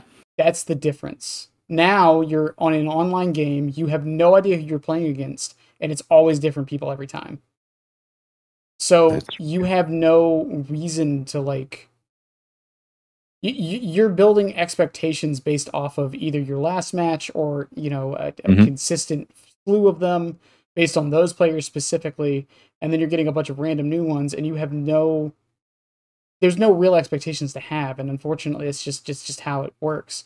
I feel like if more people, as much as I don't really play customs, I feel like if the most fun I've had in this game, honestly, was playing customs with my Discord group. Yeah. That was some of the most, and we weren't like not trying. We were all still trying, but at the end of the day, if one of us gets camped or tunneled, we can kind of like, shit talk a friend, not some random guy online I've never met. You know what I mean? Yeah. So I think that's definitely part of it. I think PvP games are still in this evolutionary stage where we're still trying to figure it all out exactly. Yeah. Because and that's also why I think DBD is not a party game. Neither do I. Because DBD has now 35 killers with each 20 add-ons with hundreds of perks. It has so much in-depth that you cannot go and with just like, oh yeah, okay, I'm going to play DBD just for once a week, and then you can expect some good results. Yeah. You can maybe you should be lucky that you are not getting tunneled out. I You know, did you know there's a competitive Monopoly scene? I didn't know, but of course I can imagine it. Yeah, look into it. You know what sucks about it though? Hmm? I've learned competitive Monopoly strats. I didn't like do it on purpose. The problem is now, whenever I play Monopoly, I can't unlearn it. Yeah, So like, I'm playing Monopoly with like my family or whatever, and it's like I know what the best stuff to do is. And yeah, I think it's another thing with like especially live service games is that we often forget that part of the fun is people not knowing stuff. But this game has been around for so long, everyone knows, well, not everyone, but most people know a lot, almost everything. yeah, yeah, So, yeah. yeah. Fun fact: actually, I was playing on my daughter's account today on her PlayStation 5, Mm-hmm. and she has maybe 90 hours in DBD, and it was for her account the second Doctor game. And we had a full group of PlayStation people. Some people just started to play the game yesterday, and I was playing Doctor. You know, it was like it was so funny how they were how they behaved. Like as soon as they didn't care about terror radios at all. Mm-hmm. You know, as soon as I had some line of sight to them, and they were, and They were just gone. they instantly crouch and like, oh, please don't see me, please don't see me. It was so funny. It was so hilarious. It was cute, you know, because just like I was laughing my ass off. Did you did you pump the brakes a little though, or did you Of play? course I Okay, did. Of course, no, I wasn't. No, no. I think that's also another problem though is knowing how, not even necessarily knowing when, because like I fall into this trap all the time. Sometimes I'll play against players that I clearly know don't know what they're doing, and Yeah, I don't know how to pump the brakes sometimes. Because I don't want to look like I don't know what I'm doing too, you know. But at the same happened. time, it's like I don't want to be like I don't want to just curb stomp these guys, you know. It's also boring, right? Yes, yes. It farming. Whoever invented farming matches can. um. Yeah. It because I don't know if you played VHS when it was a thing, but Yeah, of course. yeah. Love Death Wire. When I think You're that surprised to be sure, right? yeah, The Death doctor Wire was likes to probably shock my people. favorite too. But you know, I would go up against newer players in that game or players that weren't that good, and I would Mm, try to pump the brakes, and then people would get mad at me for doing it. Because they're like, I don't want you to go easy on me. I want you to like show me what the game actually is. And then it's like, yeah. you know, I'm getting all these conflicting ideals on how I'm supposed to be doing this, and it's just once again, everybody, it's all random people. You don't know what any of them want, you know. Yeah. Uh, Yeah. The thing is, I mentioned it. You never know what you can expect in the game. You know, if you're going too slow, you maybe already lost the game because the people are playing super effective. But also, I'm actually a really calm person mhm. in game. Of course, I do my trash talk just for entertaining purposes, you know, and going to slap the living shit out of Yuichi because I hate him. But but something which really infuriates me is when people stand in front of me and don't do anything. That makes me mad. You queued up with in the game called Dead by Daylight, and just for freaking sake, play the game. Just try to at least to escape or hold me, or just try to juke me. But play the freaking game. That makes me mad. You would hate my fishing streams. So for those who don't know, I don't do them as much as I used to, but I do fishing streams on Dead by Daylight sometimes. So what I'll do is I'll play Xenomorph, I'll run Dragon's Grip, kick a gen, and then just wait in the tunnel. But okay, but you could call this basically a strat, Uh-huh. So But you I'm you not want to down them with Dragon Script? yeah, I literally just down them and then go back in the tunnel. I don't even hook. And then I just wait for the cool. I don't chase anybody. I don't do anything. Okay, that's wild though. I don't win much with it. Don't get me wrong. I have won with it though before, which is hilarious. There was also this one match I did with it on Haddonfield. I have this recorded somewhere. There's a Michaela, and she was the only one touching the chins. I felt so bad for her. But yeah, it's just a goofy little thing I do. But like at the same time, I very rarely get people get upset when I do it. I have had people get mad at me for it though. Because I'm not really playing the game, but I don't know, I just think it's fun. Yeah. Well, the most important thing is, did you have fun? I did have fun. That's all that matters at that point. I also got to show off my one true talent of the patience of a saint. Because I can't name very many people who play this game who could just stand in one spot and wait a minute. Okay, I take that back. You're the perfect Michael main, right? Yeah. Well, that's why I think Chucky works so well for me, because like I said, I do the Chuck spots all the time, and a lot of that is waiting around a corner for them to stop being patient. I know it's not technically a talent, but if I had one, it's patience. I can stare at a wall for hours if I have to. That's something I don't have. It's something a lot of people don't have. I'm probably one of the most impatient persons on this planet. I have, and I'm. Go ahead. I feel every single time when I, going to just take my YouTube channel as an example, because the guy who makes an incredibly great job doing my thumbnails, or just with my rigor for the VTuber avatar. I hate myself that I'm impatient, because there's this inner urge in me that like, okay, are they finished now? They should be finished, But it's like but I was basically, I gave them the order or the commission 2 days ago. It's like, what? God damn it! But it's like, no, it's like I hate this. I hate this being impatient, because there are people in there who are doing their best, just to make me happy and giving me the best that they can. But I'm sitting there and I'm waiting and I'm looking at the DMs just sometimes. So okay, now it's time, right? It's like, yeah.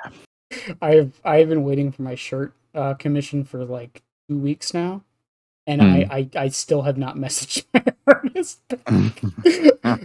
I could not do that. Like I don't know. Maybe I used to be in the military, so I think it's part of it. Okay, There was an old joke in the military called "Hurry up and wait," which is 90% of military life is just waiting for stuff to happen. Yeah. So I think that's definitely part of it. But I don't know. Like I have someone in my chat who comes in a lot, and they'll see me like standing around a corner as Chucky, and they'll just type in chat every time. Poke stick at Bennett to move. Do something. But apart from SBMM though, like the general balance of the game though, I know people have conflicting ideals on this at the moment, especially with DS being buffed, even though I think it's fine. I think people are overreacting at the moment. People just want to try it at the moment. It really is what I think is happening while you're seeing it so much. Give it 2 weeks and you won't see it every game, I promise. Are you sure? I see it more like the lower half of like M1 killers who suffer the most from that. Mm-hmm. Like they work so hard for every single down. We are not playing Nurse. We are not playing Blight. Sorry to all those Nurse and Blight mains, but sometimes it takes for us 40 seconds to down a survivor. And then it's like, yeah, especially, and now we are coming to the imbalancing. The biggest problem of that Badalid is, in my opinion, are the maps. Yes. They are so incredibly imbalanced. Just take Swamp as an example. I hate Grim Pantry. Sorry. I can't see over the grass. It's Chucky. Trust me, I know. It has different height On the ground. I don't know how to say it in English.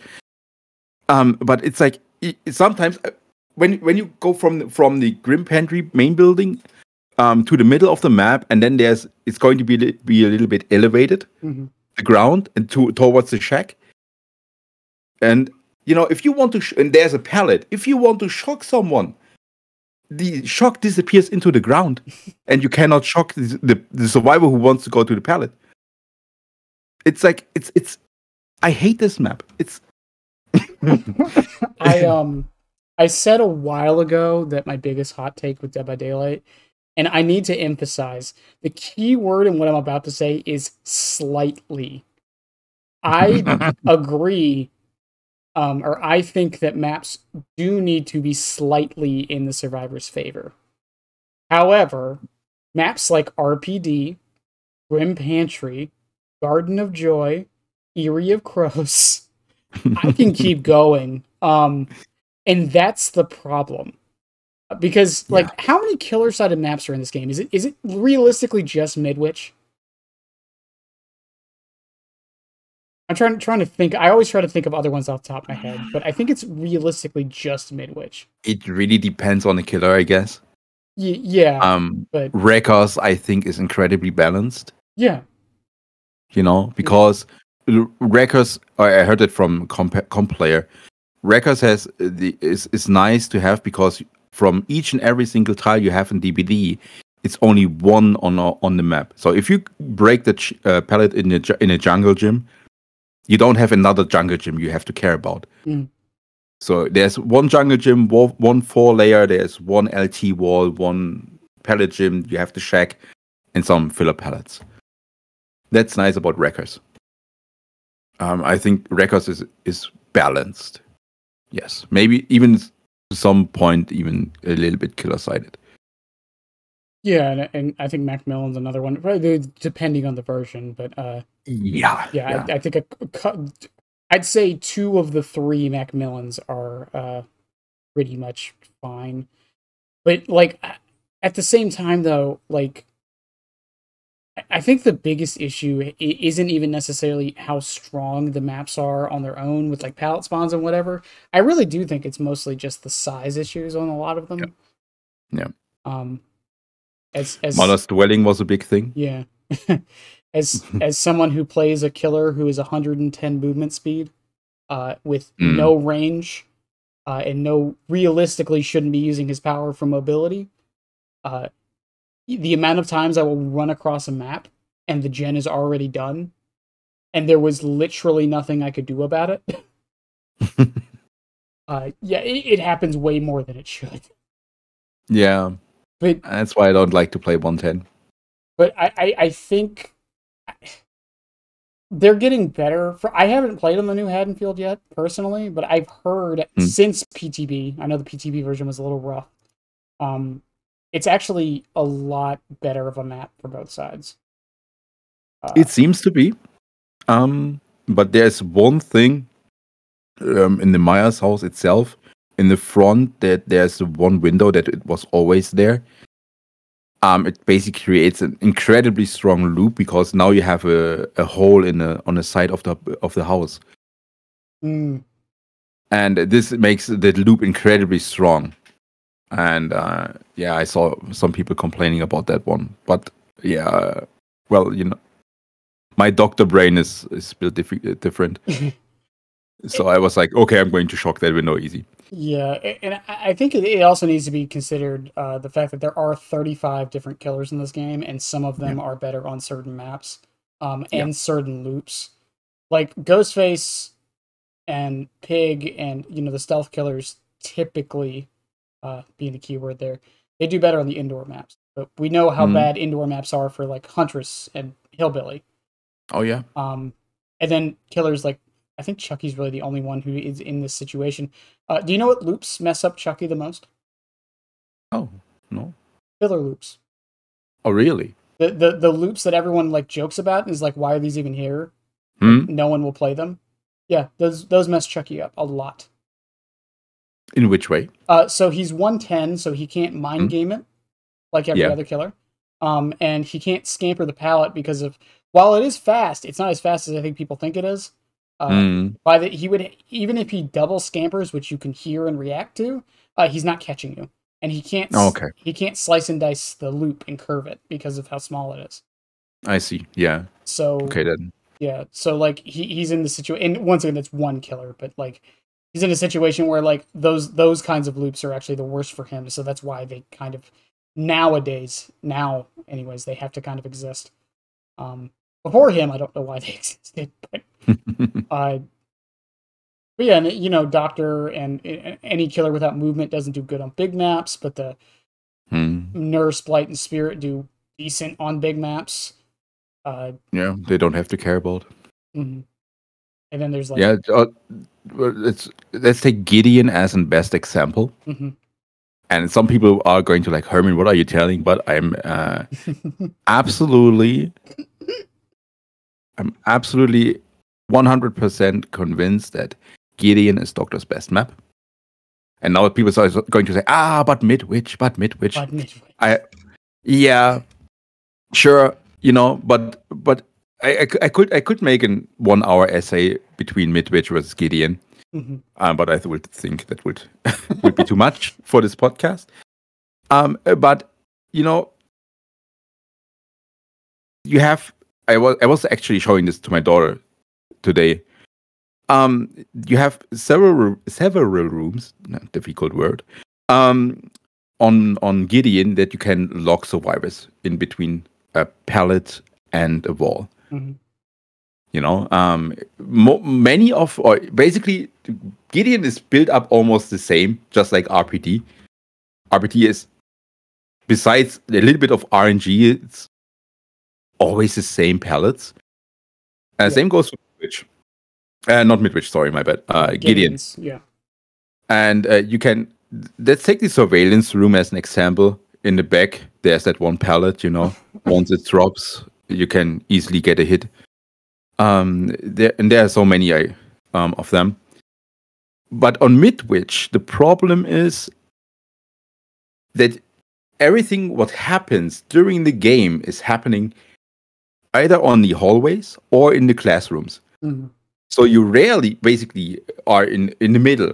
So you can basically get usage out of your terror rages or something. Not like in Gideon, because in Gideon you have also rooms in the middle, or you have your staircases in the middle of the map. You don't have to walk across the hallway to go up or down. That's also a thing, you know. It's a time management thing, which makes Gideon a lot better than Midwich for Doctor. I think Gideon's is, and I would love to look at the stats, and I know Otts did a video on this. I think Gideon's is annoying. I really do think it's annoying, but I do think it's actually really killer-sided. I don't think it's just a Doctor thing. Nurse, of course. I seen some crazy night people. Chucky. Playing, yeah. Light, I think, does okay on that map. Spirit does okay on that map. Leatherface can easily shred through everything. Clown does fine on that map. I think most killers do okay on that map. It's really weird that, once again, I do understand why people don't like it, because it's basically just pallet drop simulator. But yeah, at the end of the day, I really do think, like, because I would love to see the stats for Gideon's. Because as much as I hate that map, like, I feel like I win on it a lot. Which is weird, because I think I'm actually in agreement with you. I don't like Midwich. I do not like Midwich. Same.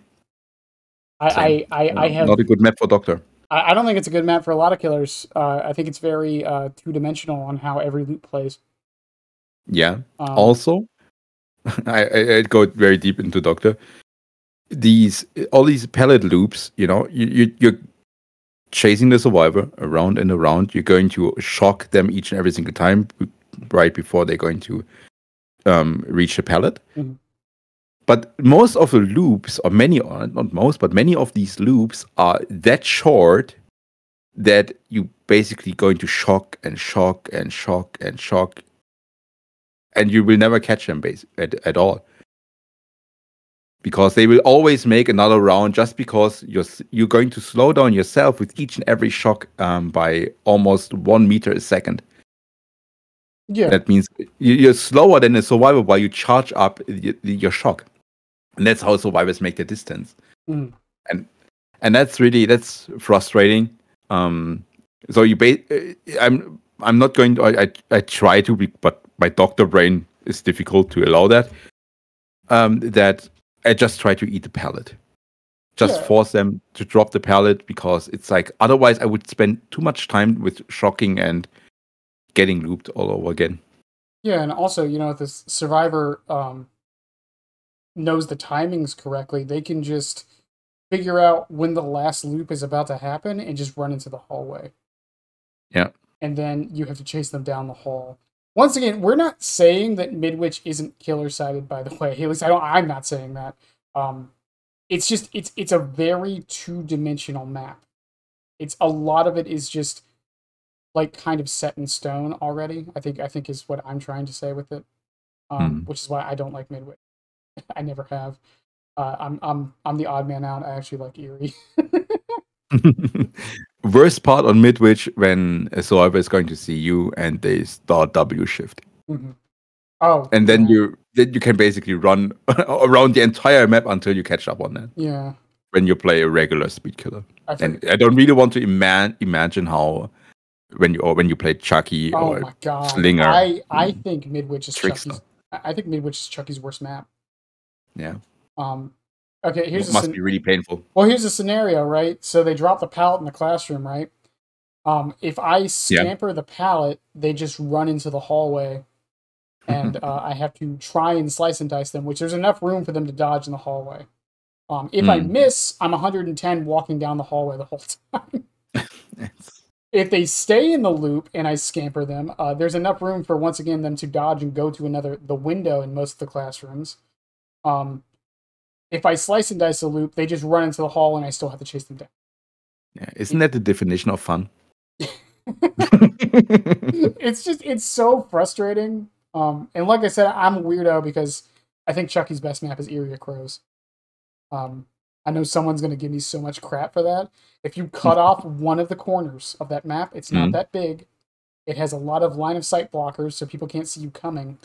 And because of all the pallets, you can slice and dice basically half the map. Nice. It's, yeah. But I would love to sit here and say that behavior has gotten better with their map design. Because I'm usually pretty positive with behavior. They really haven't. They really. I agree.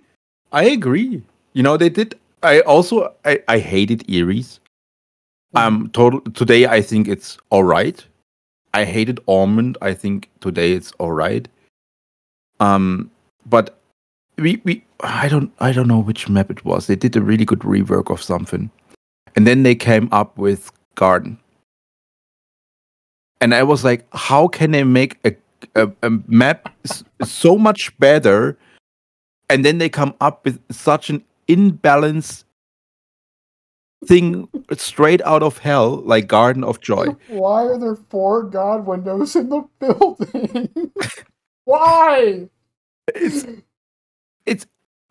And we have to give credit to BHVR. They create incredibly beautiful maps. Toba Landing, I think, is, from the visual perspective, one of the most beautiful maps in entire Dead by Daylight.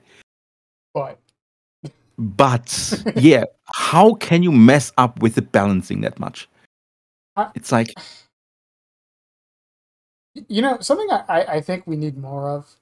And I know this is kind of getting off the topic of balance, but Nostromo has that little gas thing that hinders you when you run through it.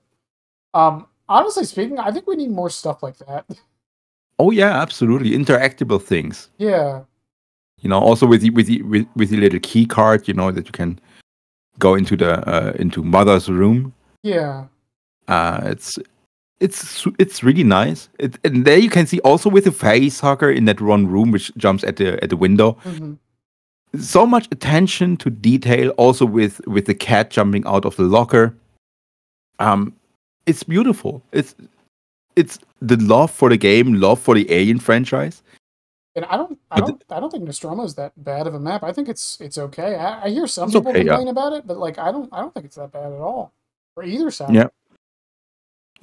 I totally agree. It also has probably the most unique shack in the game. Yeah, that one spaceship. Yeah, Yeah, which I didn't even know was shack till someone told me. it is. Yeah, that palette is unique. And even with like Greenville, like I mean, we can complain about the size and whatever, but we Yeah. you know, I kind of mentioned it earlier with like once the theater gen is done and that one gen by the fences is done, it's kind of just the middle of the map. Yeah. And I think that's fine. I do agree it's too big, but like I don't think it's egregiously big in the way some of the other maps are. Right. That is true. That is true. And also the double palette thing. I know people complained about it until some people came out and were like, "No, this is actually good." I think that was a unique take on it on like a long wall that I actually kind of really enjoy. Yeah. The good thing is when you play Doctor, just let him drop one palette and then you can basically shock the other one.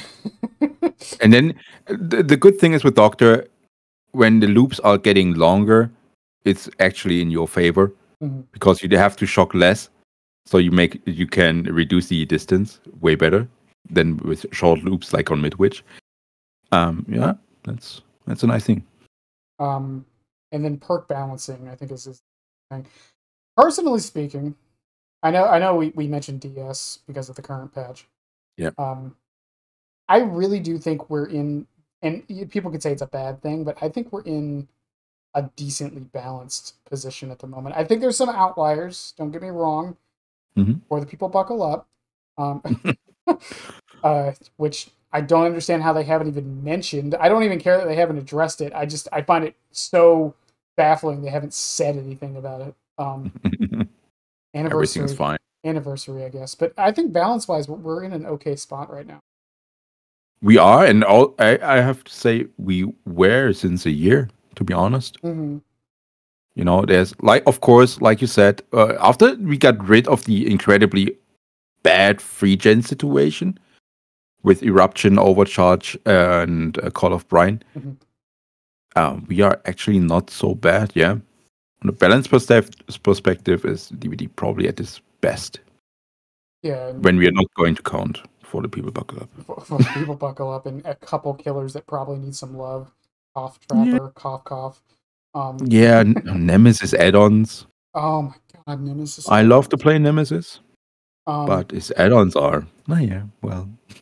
Yeah, Pyramid Head add-ons.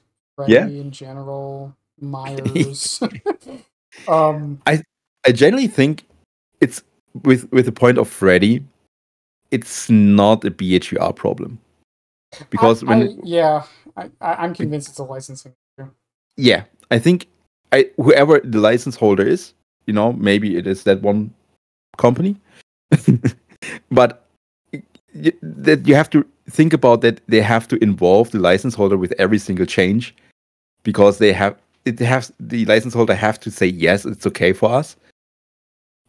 It's like, I think they are just a bad business partner. But it's just like Freddy, so it has to be in DVD because he's so iconic for the entire horror genre. So I don't know the exact details of Freddy's licensing thing because Behavior never talks about it too much on Indie Killer. But from what I understand, Behavior kind of just got thrown Freddy. Like, they didn't go asking for him. The license holders just came to them and were like, "Here's Freddy," and they didn't really give them much to go off of. Yeah, that's probably the thing. Yeah, because it's like people will go like, "Well, Sadako's gotten like 3 reworks." Yeah, but from what we understand, though, the Sadako license holders are like really chummy with Behavior. Even Stupid Yuichi is. I hate him so much. Even Stupid Yuichi is considered canon going into the world of Dead by Daylight, into the realm of the entity. They added this to the canon lore of The Ring, which is really cool. Another great example of having a great business partner to work with is probably Capcom, but Ghostface. Oh yeah, for sure. All those different masks we got and the working together, that even Ghostface, can't remember the company's name right now. Fun World. Yeah, exactly. They even that they made some costumes out of the Dead by Daylight skins. Yeah, It's just like that's the perfect working together. someone was even telling me because I've for those listening, I've already this might be uh irrelevant, but I did the Ghostface interview already with somebody and they were telling me that one of the masks from Dead by Daylight got added into the newest Scream movie, Oh, really? and they made it canon. Like it actually has a reason to exist. It's the green one. That's cool. Yeah, they actually like it's the original mask. It just has like mold over it. Hmm. But So that's great. yeah, Isn't it always? Can this not be always the time? And then you have Freddy. Like, take this Freddy, but we would like to have maybe Robert Englund Freddy. No, take that one or don't get anything. Probably. That's I probably how the negotiations were back then. I have said this for so long. They don't even have to buff Freddy. If all they did was give us a Robert Englund skin, his play rate would shoot through the roof. Absolutely. It's like that's the thing with because I actually don't think Freddy is like that bad. I really do. Like, don't get me wrong, he's still bottom of the list, but I don't think he's as bad as Trapper Myers at times. Hmm. Mostly not as bad as Trapper. I still think Trapper's the worst killer in the game. Uh, but Freddy is just like he's because one of the fun things about Chucky and Singularity and Wesker, in my opinion, isn't just their gameplay; it's also the voice lines. It just Oh yeah. brings the whole thing together. Absolutely. Like Wesker also. even like Clown. Like I know people who specifically play Clown just because of his laugh. Like it adds up. That shit it really does just make a difference. Absolutely. And I think if they could work out a way to get Robert Englund's voice into the game somehow, it would be so good for the game. Do you remember the release of Pinhead? Yes. They had a different voice actor, and afterwards they got Doug Bradley into Pinhead. Yes. I'm pretty sure that BHVR was also asking if they could get Robert Englund just to make voice lines or and just different head cosmetic. Yeah, the thing is, I don't think it it's not England. I am definitely not. I am convinced England would do it in a heartbeat. Yeah, you'd still want to be paid for it, obviously, but like I'm convinced he would do it in a heartbeat. But yeah, licensing issues. The sad thing is a company does technically own his voice. So, it's crazy. Yeah, it's scary to think about. But like the other licenses they've done, like most of the licenses they've done, apart from Freddy, in my opinion, have been great. Yeah. Even after a couple of years, Saw got some new additional skins. Mm-hmm. I think Baba got some skins to some point. We got Stranger Things back into DVD. Nick Cage, Alan Wake. Yeah. The Resident Evil stuff. Yeah, and I think behavior has been getting better with how they do the licenses. Once again, we don't see the behind the scenes stuff, but I would assume after years of doing this, they've gotten much better with how they handle them as far as what their contracts and what they're allowed to do with certain killers and whatnot. Yeah. Because I'm curious if Xenomorph will get anything or anything like that, like within the next year or so. Yeah, you never. That's like you said. We never know what's going on behind the scenes, but we would love to know. But Matt Cody will never talk about that. Yeah, there's probably NDAs and stuff he has to sign as well. Yeah, I'm sure. So sure. There's reasons behind it. They also don't want like other companies to know how they do it because then, they lose their one. They're probably their biggest selling point as an asymmetrical game.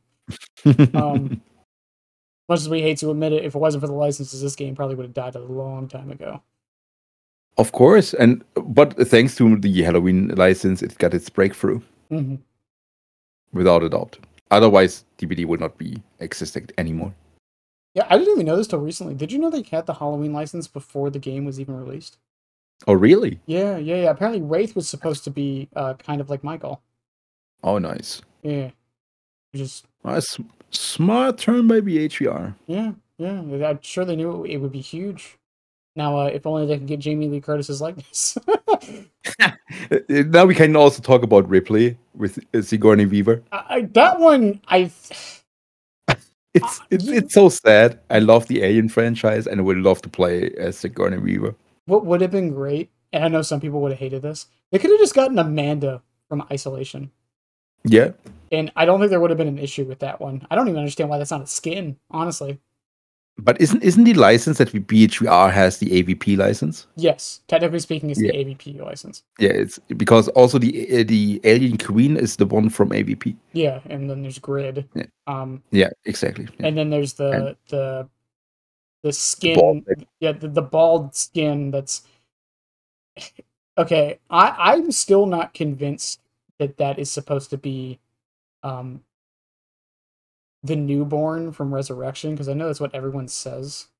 No, but in Alien 4, in these chambers, weren't there some disfigured alien clones? Yeah, well, which kind of looked like this one. Yeah, my I think that one is like a mix of the newborn from Resurrection, a bunch of those failed clones, and then have you seen Covenant and the other one I can't remember? No, I haven't, because everybody was saying it's shit. So there's a scene at the end of one of those where one of the aliens comes out like super small but like white like that. So I'm convinced it's also that. I think it's like a mixture of like the different like versions of it. Or maybe the license holder were saying, okay, you can do your own interpretation. Just put hair on it. It's fine. Yeah, just look like, it's like, a scrotum. I think a good I think a good indicator of behavior is chummy with a license holder though is blighted skins. Oh, it's so good. Well, that's what I'm saying. It's like, because I think we can tell which license holder's behavior is like able to talk to a lot and has good talks with based on that. Because like Capcom did it for Nemi and Wesker, Alien did it for the Xenomorph, Onryo for Sadako. I think that's yeah. I'm hoping for a I think so. I'm hoping for a Chucky one. I am hoping for a Chucky one. Yeah, that would be cool. That would be really cool. Just make him melted and like burnt from the first movie. Oh yeah, and just make it orange, and I'll buy it in a heartbeat. Nice. But also imagine a blighted version of Demogorgon. The people were going to be crazy for that money drawer instantly. I didn't even think about that. Now that the license is back, they can start adding more of that. And yeah, Halloween's not okay. It's a little far out, but Halloween's coming up, so I mean, like they could totally do it. Yeah, but I think there are more things for Halloween you can do. Like I would just want to speak for my friend Cluster, because he wants Dr. Loomis so much in the game. And they have the license for the first movie, so they can basically put Dr. Loomis into the game. Yeah, I think there's a lot of characters. I really want fucking how many Chucky movies have you seen? I have seen the first one, The Bride, and Chucky's Baby, but it's basically 20 years ago. So in the newer movies, there's a character called Nika. She's in a wheelchair, but I really, really want the game. Okay, that's going to be difficult to wall the window. Well, in the later seasons, she gets possessed and she can walk again. Okay, then it makes sense. So I would love that, because they're not going to get Andy Barclay, because the actor for that's the kid from the first movies. The actor he came back for the show and whatnot and the movies, but he said he's done with acting, so I think he doesn't want to do it. But yeah, how can we drift that far away? Welcome to my podcast. This is how it always goes. we just started with Halloween and licensing, and then it started off with balancing. We were talking about the balance of right. It was an hour ago or so. But yeah, like I said, other than a few outliers and killers that like need some changes, both nerfs and buffs, I still think Nurse is probably the biggest pigeonhole in the game right now. No hate to nurse players. Keep doing your thing. I'm just saying we can all agree she's the most powerful killer in the game and probably needs some changes. She will always be but the thing is, how do you want to? Yeah, I think the getting rid of the M1s on her blinks was a good step. Absolutely, yeah. I really don't know where we go from there. I think she's always going to be that game breaker. Which, I think is fine. I just wish there was some way to make her a game, because technically speaking, Hag is like a game breaking character. She plays a whole different game from everybody else. Yeah. And she's not bad, but she's not the best killer in the game. It really depends how you're going to play her. Yeah. I see people like they playing a chase version of Hag without Waterlogged Shoe. And then they are wondering why they are losing. Yeah, okay, cool, congratulations. And that there are other people's or other players who basically create their web and try to make everything happen in that web and are going to be very successful. But as soon as someone is going to realize that it's a hack, they always keep triggering these traps. Yeah. So you're going to work on your web every single time to rebuild that one, and while the other teammates of that guy who's destroying your traps can do the gen. So it's I don't know. It's also like I've said this before. Trapper's problem isn't, I think, the thing people think it is. And I'm not trying to sound pretentious saying that, but because anytime you ask people what's wrong with Trapper, people are like, oh, he has to go get his traps. I actually don't think that's what's the problem with Trapper. Don't get me wrong. I think he should start with all of his traps.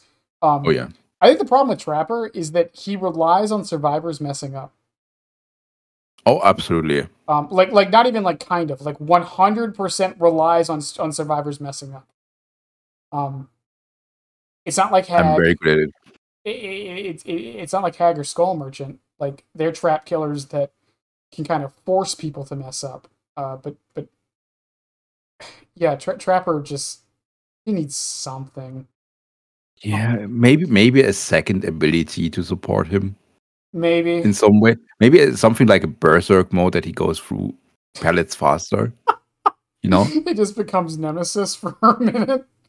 Or I don't know. It's like I don't know. I've seen a lot. Maybe a build in brutal in that berserker mode or so. Because look at Blight or Demogorgon, how fast they can go through the pellets. Yeah. Just with their ability. Which is strange considering Trapper has brutal strength as a teachable. Yeah. I don't. The thing is, Lefty would be the better person to talk about that. But maybe after you set up a certain amount of traps, you're going to gain a meter. A little bit like Trickster works with his knives until his main event is going to be available. After a certain amount of traps, you can have this second ability available that you're destroying for a certain amount of time pallets, doors faster. That would also encourage survivors to actually go around getting rid of your traps. Yeah. So I actually kind of like that. Yeah, it's like corrupt intervention is such a must-have on Trapper if you want to play him successful in some way. When you don't want to go force them into the basement in the shack. Yeah. It's like yeah, but then we have the same problem like we had with Hag that we discussed before. It's like as soon as a survivor is going to be there, and you don't have iridescent stone or bloody coil, it's like yeah. What are you going to do against that one? Are you going for the chase now for the guy who's disarming your traps all the time? But then you cannot set up your traps. Yeah. It's like, and then you're an M1 killer who cannot do much because let's be a Windows user who's running down all the yellow auras. And I don't agree with the opinion that some people have, where it's like they can't make Trapper good because new players have him. Yeah, new players have Hillbilly too. Yeah. New players have Nurse. Of course, there's a different skill cap behind this. But you could make Trapper more skillful at the same time as you buff him. That's the thing. Yeah. I don't mean like he has to be like as skillful as Nurse, but like I Yeah, don't he's a know. poster boy. He deserves better. Yeah, and I mean he just got that thick skin. We're gonna talk about skins in a minute, or in a little bit. By the way, I promise So we'll. that means to the audience out there in an hour. I promise you we'll get to it because I have some words. It's going to be the longest episode ever. You would be surprised. Um, all right. So we'll start moving along. I guess a little bit. Doctor's power level. So Yeah. this is widely. I think Doctor is one of those killers that is hotly debated exactly where he lies. And I mean nothing against people when I say this, by the way, but I think he's like in the middle ish, strength wise. He is. Um, He is. He's maybe in a. Yeah. I think if you're going from the bottom, maybe on the 15th, 14th, mhm. 16th place, something like that. There are some other killers which I think are better than Doctor by far, even as an M1, because his ability is time consuming. Mm-hmm. But he's definitely stronger than a Michael Trapper or yeah. Yeah, and I think that's. I think Doctor, like people always talk about Demogorgon being like the perfect killer in the game, but like Yeah. I think there's more than just Demo. I think Doctor, Demo. I can't think of another one on the top of my head. I think killers in that area is ideally where every killer should be, and then we change the game around that strength level. If that makes any Yeah. sense. Yeah. Yeah. If the game was balanced around like that strength level, I think we would be in a much better state. Not to say not to get back on it, but you know I think the game is decently balanced as is at the moment. But I think if we did that, I think it would be in a place because then we wouldn't have to worry about the bottlenecks of like Nurse and Trapper on opposite ends of the spectrum. Yeah. I hear sometimes in my stream some wildest ideas from my community how to make Doctor better. You know, sometimes it's some you know, I had a really nice idea from another Doctor player on Twitter that she was mentioning like other characters like Unknown or Wesker who starts at full meter or you know, or Unknown, let's take Unknown as an example with full weakened everyone. Mm-hmm. Or just like Singularity, you know. Everyone starts Yeah, exactly. And how about that for Doctor? That everybody starts at Madness 3, so it goes to give him a little bit more time in the early game. I would make it Madness 2. That's also not a bad idea. Because yeah. I think Madness 3 would be a bit much. Just because then they physically can't do anything until they snap out. And like if you combine that with Lethal Pursuer, you could literally run up on someone, like the entire team, as they're trying to snap out. Yeah. That's right. Maybe Madness 2 is better, indeed. But it's actually still not a bad idea. No, I don't think it's a bad idea at all. But compared to other ones, like Madness 3 should expose survivors, and I'm like, what? There's also like someone said it should expose survivors. Yeah, of course. That's going to make Doctor definitely S tier. Oh my god! Listen, I've heard some ridiculous stuff before. Really? It's like, yeah, I hear a lot of crazy stuff. He would just follow behind one guy and just keep zapping them. That's all he would do. It's the easiest thing ever. Jesus Christ. And people say I have bad days. But yeah, I think I was going to say I could also see one very similar to Unknown, where when they do a gen or finish a gen, they get like a stage of madness. Or something like that. I mean, that goes into like changes with the add-ons. Like I think we both agree he needs a little bit of love with them. Yeah, but I think in general, Doctor is not not in a bad spot. No, and I mean, there's a reason a lot of people play him. Let me rephrase that. A lot of newer players play him. He's simple to understand, and they're not really successful. Yeah, what was the last statistics we got? Doctor was on the bottom. Yes, he was the with 50 something least. percent. Yeah, he was Even, the lowest kill rate killer in the game, which yeah, surprised me. Maybe because I took a 10-day vacation. Someone told me it's because there's a killer bot in that idea came from odds. Yeah, someone told me that's why, and I don't know if that's true. I can't. To all the love and respect I have for odds, I think yes, they exist because Doctor has this weird bug when he looks up and he cannot hit survivors. But I don't think that these few doc bots do have that much impact in the entire statistics of thousands of Doctor games. But they're on 24/7, and they don't sleep. Yeah. Maybe. I mean, it probably isn't just that, but it's still mind blowing to see the number as low as it was. Yeah. Do you play often Survivors? Yeah, off stream, but yeah. Okay, so sometimes you stumble for whatever reason upon a Doctor, right? Mm-hmm. How do they normally behave? I was about to ask you this. Now I took your role. You know exactly what I'm going to ask. Why do so many Doctors whiff? That's a thing. And I mentioned that one with Dredge before. I think there's something really bugged with Doctor's lunge attack.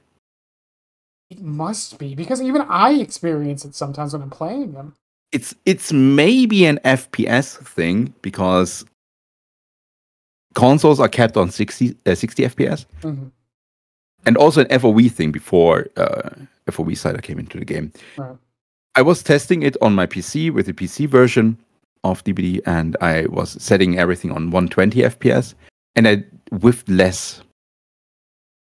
So I really think that's maybe an FPS issue for whatever reason. I have no idea. But I think it's it has to be a technical thing. Right, because it's not like every Doctor I'm going against is a baby killer who doesn't know what they're doing. They clearly know what they're doing. They just whiff a lot. It's so strange, and it's just him mostly. Yeah. It's a weird phenomenon that it's just like a known thing. It's kind of like a stereotype with Doctor. Really funny. And also I really it's so difficult to find people playing Doctor on Twitch, and just because I just want to see how the general casual player plays Doctor, because I'm so out of touch when it comes to the casual Doctor player. Yeah. That I just want to see, because that's why I'm doing what I'm doing. I just want to make Doctor better for the community. I want to teach them. I want to show them. I want to make my favorite character to be as successful as it can be. Right. And that's why I'm going to, where I always say, okay, if you have some footage, if you want to let me review your game or something like that, feel free to do so. But it's like so many people, I think, have fundamental problems with the Doctor. They don't really understand how he works. That's also what you see when a survivor camps a pallet against Doctor. Yeah. Because of course, then we are at the again. It's an entire circle. We are at 35 killers. You don't know every matchup, especially as a casual. Right. So it's like, I think there's a fundamental problem with the Doctor players. They spam the shock all the time, and as soon as you're going to realize that they do, you can extend your loops. You can make their life miserable. And I got so many times accused of cheating just because I looped the living shit out of them. Yeah. Because they made just fundamental mistakes. Yeah, or even simple things like just faking the power to make them not either jump the loop early or not jump it at all. I mean, that's such a simple thing, but I don't see very many people do.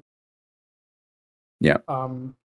Knowing knowing to aim ahead instead of ats, and knowing which loops to actually bother shocking people. I mean, how many clips have you seen of a new Doctor player who's just I mean, you just kind of mentioned it, but just constantly shocking a loop and never catching up. It's sad to see, because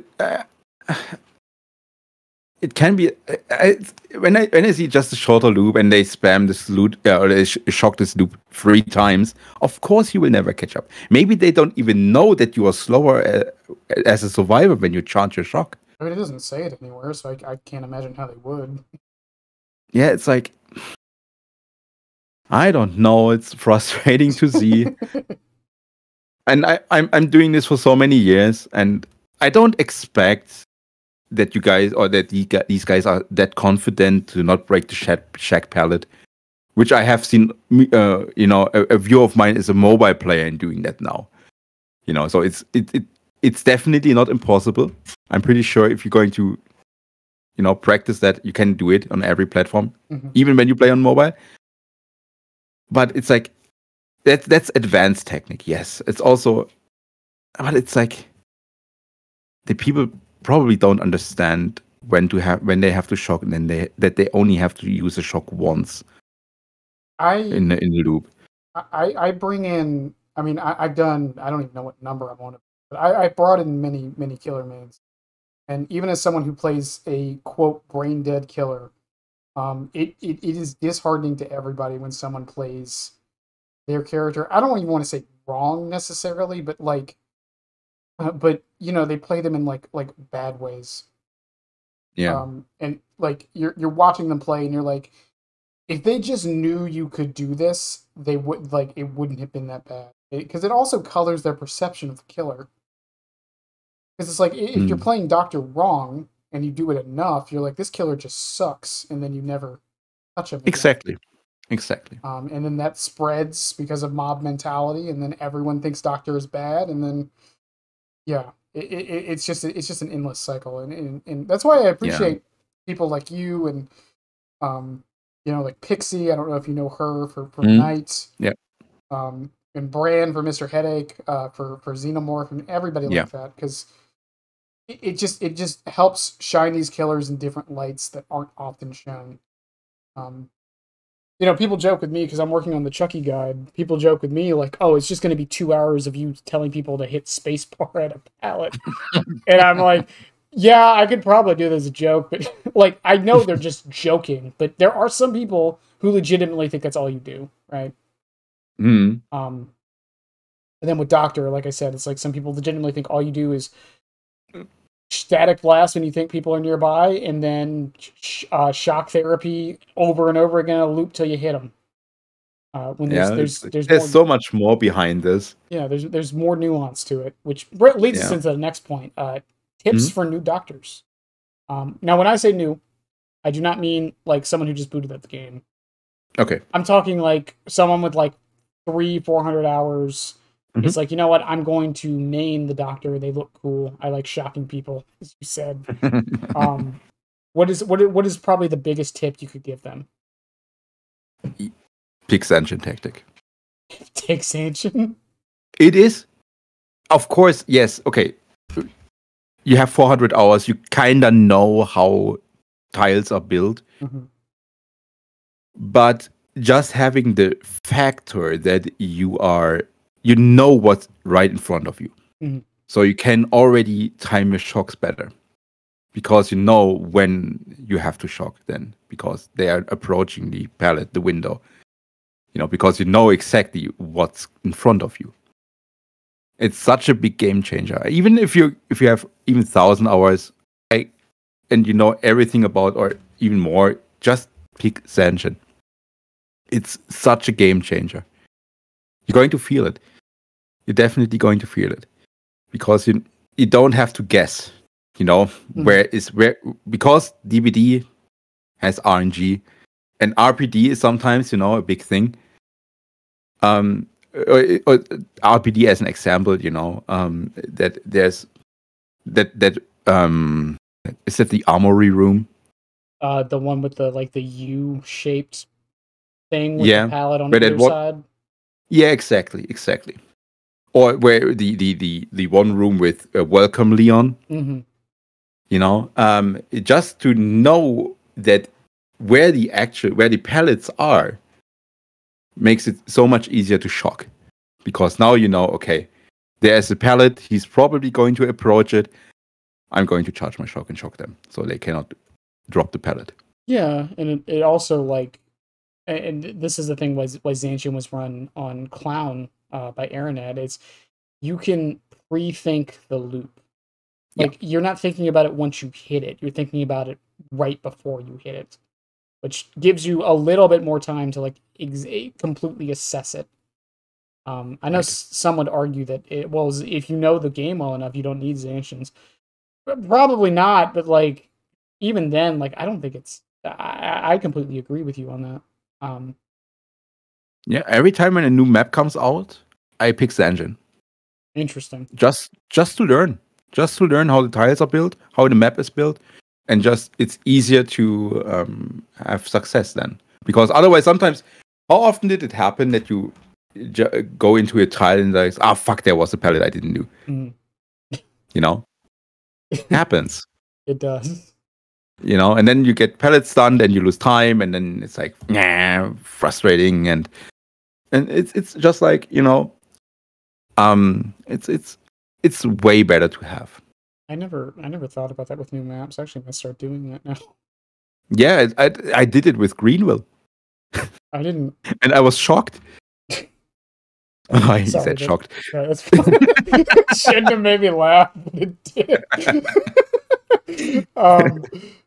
But yeah, seeing all these yellow auras made me crazy.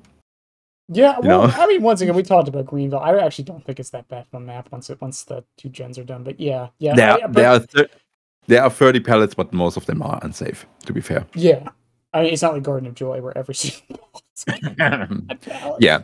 But also when you're new to Doctor, you know, and we mentioned that earlier, you know, please don't spam your shock. Mm-hmm. You are 0.92 meters slower than a survivor while you're charging up a shock. That it takes 1 second, but that 1 second of being slower than a survivor can make a huge difference. For people curious on that movement speed, by the way, that's the same as Nurse without a blink. Yeah. It's crazy, and it makes a huge difference, especially when it comes to shorter tiles. Please don't spam your shock. Sometimes it's better to eat the pellet to take it, you know, than break it and go to the next loop, maybe with a longer wall, which is easier to outplay, which is easier to shock. And accept the thing that sometimes the chase takes a bit longer, you know. And sometimes it's better to go through some resources of the survivors. Yeah. I'm not going too deep into that with that advanced tactics now, because I got you. One thing, the most important thing is that you have to become confident with the timing. That's something that I would love to teach, but it's pretty hard to do, because I can say it's a muscle memory. It's a feeling. It's just like with Nurse Blinks. Yeah, well, yeah, it's not to cut you off, but like it's similar to slice. People have asked me, like, how do you land slice and dices, and I'm like, I really can't teach you. It's just you kind of just know. Yeah, exactly. You can it, and then it really depends on the tile itself. But as soon as they are round about 8 meters, before they're going to reach a pallet or the window, that's basically the numbers I can give, because it takes 1 second to charge it. So that means the survivor is going to make 4 additional meters to the pallet or window. And then you have basically the perfect shock, because then you have 2.5 seconds, which a survivor cannot interact. Most likely they're going to make another round and another round and another round. Really depends. But learning the shock timing is the most important thing. And Zancian is going to help you with that, for sure. Do you recommend whispers for new players to know when to static blast?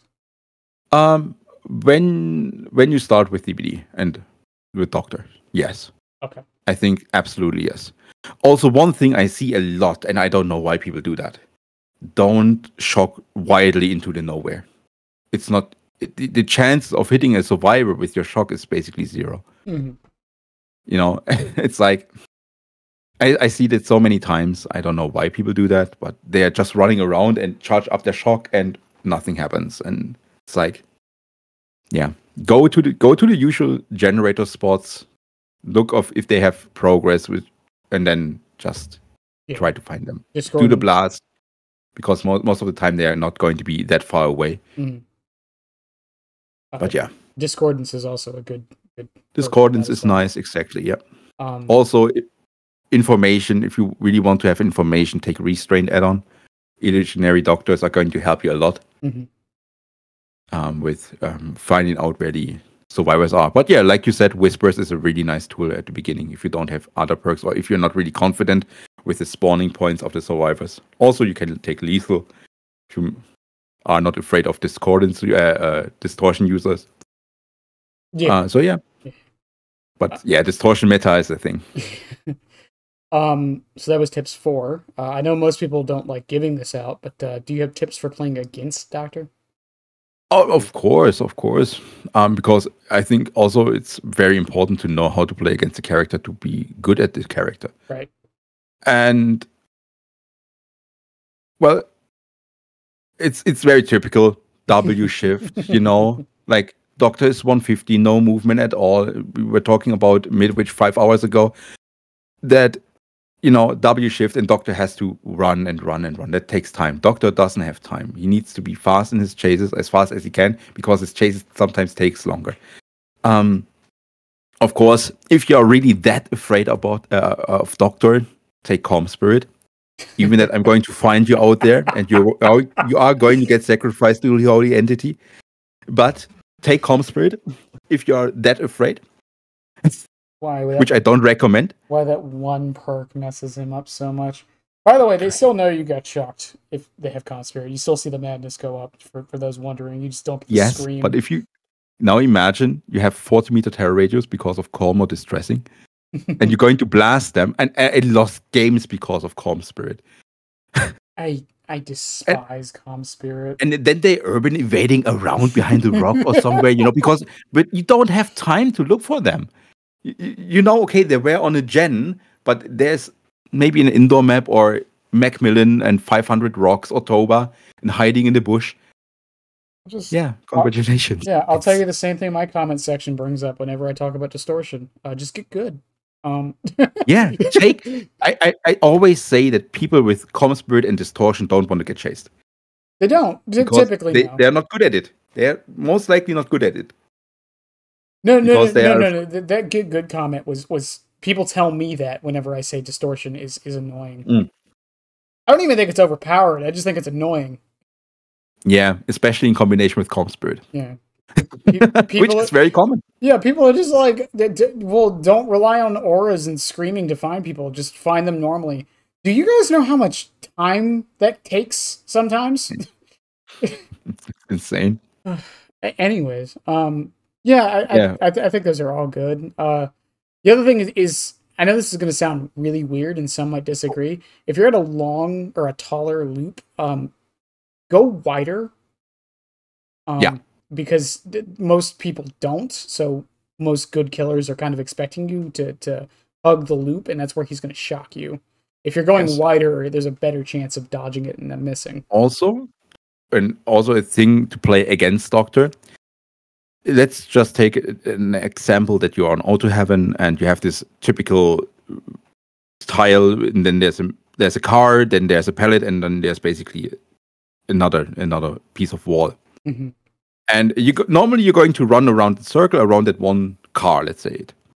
And as soon as a Doctor is going to be in that spot that he's going to reach you with a lunge attack, because you cannot drop the pallet anymore, just go around the other part of the tile, because that's going to extend your loop even more, and it's going to takes Doctor a lot of time.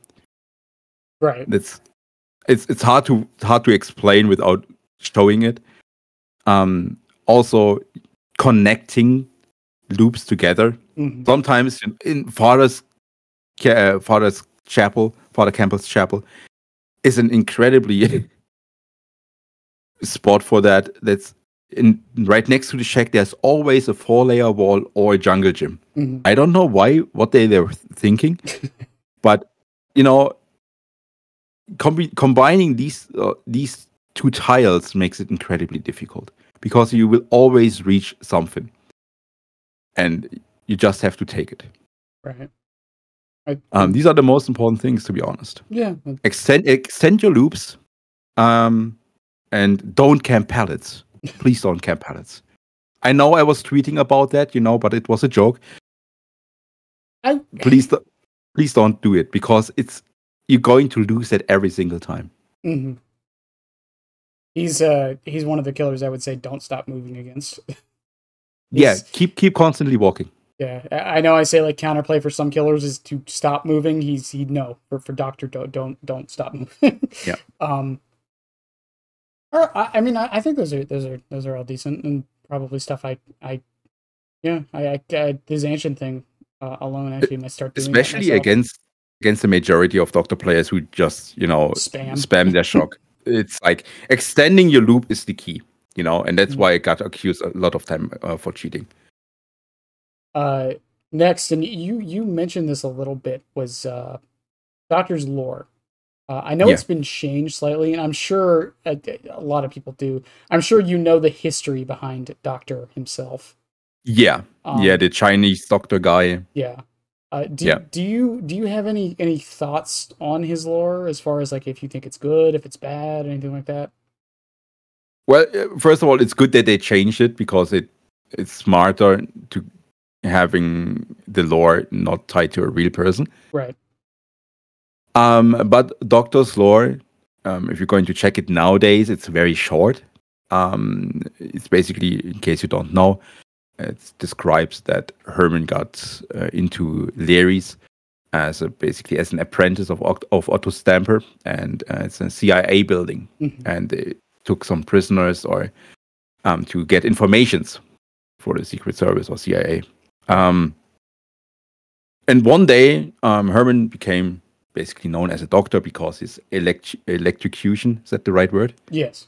Methods, are, it was very successful to get the information from all those guys. And one day he snapped and he was gone and everybody was dead in the institute.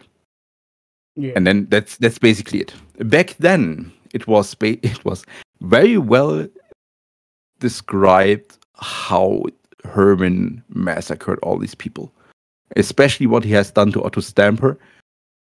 And that's also, maybe it was too brutal, but you can find the entry in the wiki and enjoy the reading. It's worth. I will say I do appreciate that they've kind of alluded to Doctor being part of a lot of killers, because I know like there's a running theory that he's in like the Unknowns lore somewhere. They don't outright say it, but like it's heavily alluded to. He's mentioned in Ghostface's tome. He's mentioned in, I believe, Clown's tome as well. So I kind of do appreciate that Doctor has become kind of like this always been there kind of character that like has connections with everybody somehow. Yeah, but most throughout Otto Stamper, also with the Dredge. Oh yeah. Stamper was very, very was in Dredge's lore as well. Yeah, I didn't even think about that one. I think he's not mentioned in Blight's lore, or did my Discord just disconnect? Welcome. Hello. I think my Discord updated. Let's go. Oh. Imagine. That was, I got no warning or anything. Let's go. Crazy. Just shut up. I think Doctor's lore is like, it's interesting what they've done with it, and while I do appreciate like Clown for kind of like alluding to IRL serial killers, he's more of a mismatch. He's not like a direct. True. Which because I think doing a direct serial killer Maybe I'm Yeah, the this. weirdo for saying this, but I think it's in poor taste. uh, but yeah, I think them switching it up and kind of like backing away from what he was is perfectly fine. Yeah, it's sad to be honest because it described how Herman does everything to get results. Yeah. And it's also really well written in his tome lore in Ascension. It was the second, I think, Mhm. ever. That he was basically doing everything to outplay all these other students. Just and then he was like doing the good cop, bad cop thing, but he always wanted to be the bad cop and always wanted to go just a little bit further, just Yeah. how much can you torture to these people. Yeah, it's a ends justify the means kind of thing. Yeah. Which I think is an interesting prospect because, if in the sense of we know what his motivation is, and that's something a lot of the other killers kind of miss. Yeah. Yeah, I think his lore is fine, as far as like I said, what they've done with it, and I really do appreciate that he's one of the few killers that kind of gets brought up a lot with the others. Yeah. I think it's something we need more of. Personally, I still find it so strange that we have like literally no lore of the killers interacting in any way. Yeah. Well, the Yamaokas, or it's only because of their The family ties. yeah, exactly. Great grandfather, something like that. Yeah, yeah. But Like I don't need the killers to be sitting around having coffee together, but I would love to know, like, I would love to hear a conversation between Chucky and Xenomorph. I'm just saying. All right. Skins. This is the one that I was really excited to talk about because of the most recent tome. Skins, what a beautiful thing. Before I ask you your favorites and least favorites, how many skins has Doctor gotten this year? In the past 12 months, if you're going to include the Slipknot mask and the one syringe weapon, which nobody noticed, it's 7 skins. Oh my god! And people It's complain insane. about Fong. 7. But to Doctor's defense, to his defense, because I was, sometimes when I'm also get mad when Doctor doesn't get attention. The resident infestation skin with the bugs in his face and on his arm. That was in 2022. It was, I think, in June, maybe May in 2022. The last skin which he got, and then there was almost 1 year break without any new skin cosmetics for Doctor. Fair. But do you think that warrants 7 new ones this year to make up for it? Yes. Then we got Ruthless Insanity, that one Deep Rift skin which came shortly after Skull Merchant. Then the Fire Moon Doctor, which I love to gave him a nice nickname. Maybe it's not so YouTube friendly. So and then what else did we got? We got Pharaoh Eddie. Blood Shock Doctor with the Blood Moon event, and now we got the new one. It's like, and now it's a fun fact. I was recording a tier list video for his skins, and I have to postpone it because every single time they add a new skin for Doctor. I'm not complaining. I'm so happy from success. All right. But for me as a content creator, it's difficult because I want to be somewhat up to date. Right. But the new one, I don't know if you haven't seen it yet, but the new one looks so badass. It does. It's so good. It's just like Hannibal from the A-Team with a cigar, but totally jacked up. The fact that they threw the cigar in the mouth alone, I want it. Like, I don't even play Doctor that much, and I want it. It looks so good. And he's so happy smoking his cigar, He's so happy. He's so satisfied. It's yeah. Then we also got the doctor buff, and it's like we doctor players were eating so good the past 12 months. It's like, no, it's okay. Just give another killer attention. Yeah, before I ask you this question, I do want you to know that Twins and Larry mains are fuming right now. And Knight kind of. Knight's a complicated one. Yeah, but he got the moth skin. Well, no, here's the thing with Knight, because even Pixie's brought this up. It's not that Knight doesn't get skins, it's that none of his skins are buyable. They're all in rifts or events. Oh, really? Yeah, that's the problem with Knight skins. It's not that he doesn't get any, it's that you can't buy any of them. Yeah.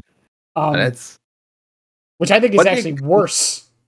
I don't want to low key everything, but to be fair, Doctor is out there for quite some time, and compared to Knight, he's kind of new. Mm-hmm. But it doesn't excuse that Doctor gets 6-7 skins in 12 months. Yeah, it's like it's crazy. I'm happy, but compared to other, and you were mentioning Twins, they're just like rotting in the corner and waiting forever. Even Plague, kinda. She gets one like once every year. If so. Which they've actually said why. It's because her model is too different from every other killer. Like, her aesthetic is too different, so it's very difficult. Yeah. But maybe. All that being said, what is your favorite Doctor skin? I know you said you're doing a tier list, but trust me, this will probably be out way after you do that. Well, I love Foul Bile. That's the first Halloween skin in 2018, I think it was. Mm-hmm. Because it's really sick. Because he has 4 eyes, I think. 4 eyes. All his guts are hanging out. The tubes are hanging everywhere. He's drooling out of his mouth, and also because I'm a console pleb.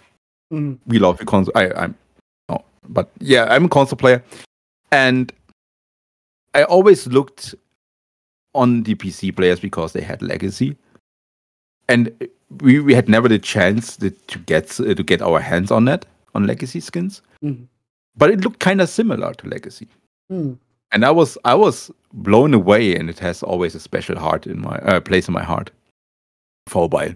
Also, Resident Infestation is also has a very special place for me because the bugs on the right arm, and I don't know if this is a coincidence or not. I have no clue, but I'm heavily tattooed. My entire right arm is filled with bugs tattoos. Coincidence? I don't know. I mean, but they made a skin that looks like Ots for Jonas, so who knows? But yeah, and then the recent additions, like Bloodshock Doctor, Pharaoh Eddie, or just a new one that we received. It's now in the new Rift. Like these are, but if I really have to cherry pick.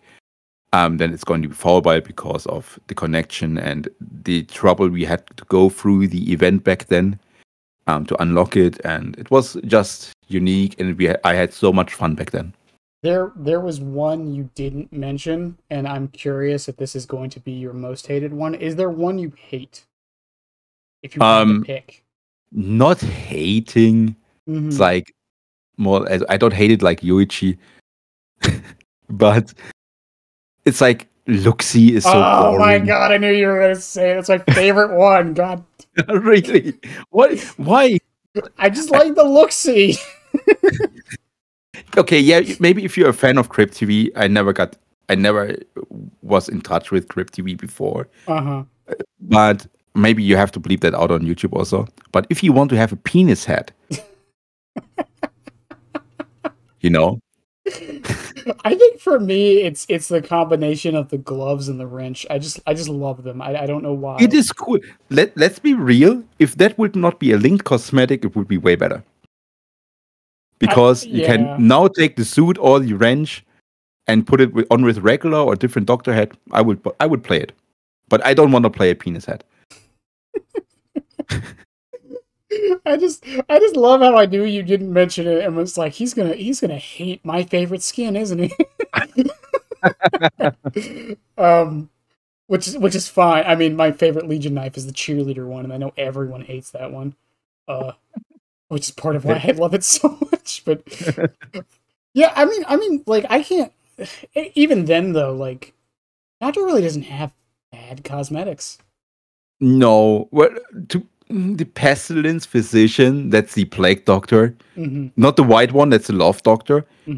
But the pestilence physician is also something like I'm not a fan of this mask. If that would have been maybe a traditional plague doctor mask from a couple of centuries ago, yes, okay, I would be fine with that. But it's like the aesthetics are not really appealing to me. Yeah. But I mean, much like with him being malleable as a with perks and whatever, it's also I do have to commend behavior that he's probably more popular than I think a lot of us realize, especially for new players. Yeah. So him having a lot of skins does make sense. It's just sometimes it's just frustrating. It's all. It's like I said with Singularity. It's like it's not that he hasn't had skins. It's just none of them have been very good. But then there's like Dredge, who's gotten like fucking like 8 now, and they've all, in my opinion, have all been bangers. They are all top tier. Some would disagree with a few of them, but I don't. Snowman Dredge is worth it. It's cool. It's a fucking snowman who's chasing you. What do you want more? I thought Dredge was going to be a killer we didn't get any skins for because of how different they were. Yeah, you can do so much with the Dredge. That's a great thing. Yeah. You know, Maurice Dredge is the absolute banger. Yeah, I thought it was going to be like horse. Like I said with Plague, I thought it was going to be like that, where like they're so unique they don't know what to do, which I think is what's happening with Larry. Maybe, yeah, but it's also I think with Larry, it's like his aesthetics. Well, he's so unique in how he looks like. I think the bigger problem with Larry, and I was talking to a Singularity main about this, was his weapon. They can't really do much with it. And I think that's the problem. It's not the skins, it's just the weapon. And they can't really release just a top and a head. That's a great thing about artists. You can do everything with a weapon. Even though they don't change the color for some reason. Yeah, the black ink. Maybe because tied to the lore. I guess. I would really love it if like there was like a pink version of it. I don't know. Nice. So, enough having Quinsmains gets mad at us. Maps. We love you, Linksy. we talked a bit about them earlier, but is there? And you pretty much said it, but is Midwich your most hated map in the game? No. Okay. No, what is Garden. it? What Garden? Garden. Fair points. And your most loved? Or Gideon. Gideon. Okay. Gideon. If you're going to be on my stream and you say, hey, I just came from Bennett's podcast with you, Herman. Can you please show us some benefits of Gideon? I'm going to do so, and I'm going to make you a believer that Gideon is the best map for Doctor. Do it now. You heard the man. Do it. It's not a request anymore. All right. Last thing before we finish up, and I always like to ask people this, and you're on console, so I don't know how well you can actually track this. Do you have any stats at all? Actually, yes. You do. That's one of the small benefits on Xbox. And sorry, PlayStation players. Good that I opened the game. There are some stats, like playtime, of course, how much blood points I gained, how many survivors I sacrificed, how much I escaped. Yeah. And crazy. Anything super notable you would like to tell everyone? 1 billion blood points. Say 4 billion? No, 1 billion. Oh, okay. 1 billion. I'm playing a lot, but not that much. Okay. Sometimes I also play other games. 6,500 hours in DBD and 26,000 sacrifices. I can't even comprehend that. I'm only at like 2,000 hours. Yeah, and you remember when we didn't have bots, when they deceit, these don't count, Mori do not count, bleeding out do not count, only sacrifice on a hook. So probably, close to 30K, I guess. What is Dr. Track stat? Do you know? Sadly not. I would assume it's static blast hits. I think isn't it shock therapy? Just regular hit shocks. People. I think people so. Watching, please ignore me googling this. After DBT tracks that. I don't know, because like some killers have some really dumb ones. Yeah. There's some totally ridiculous one which really do not matter. I think it's shock. I think I remember it's shock. Just landing shock therapy hits. But just you shock and so I was screaming, that counts. Because I remember I saw someone who was pretty much on top on a leaderboard who was just standing and shocking these survivors. It wouldn't surprise me. Did you know what Twins track stat is? Down with Victor? It's hits while Victor is on somebody. Oh.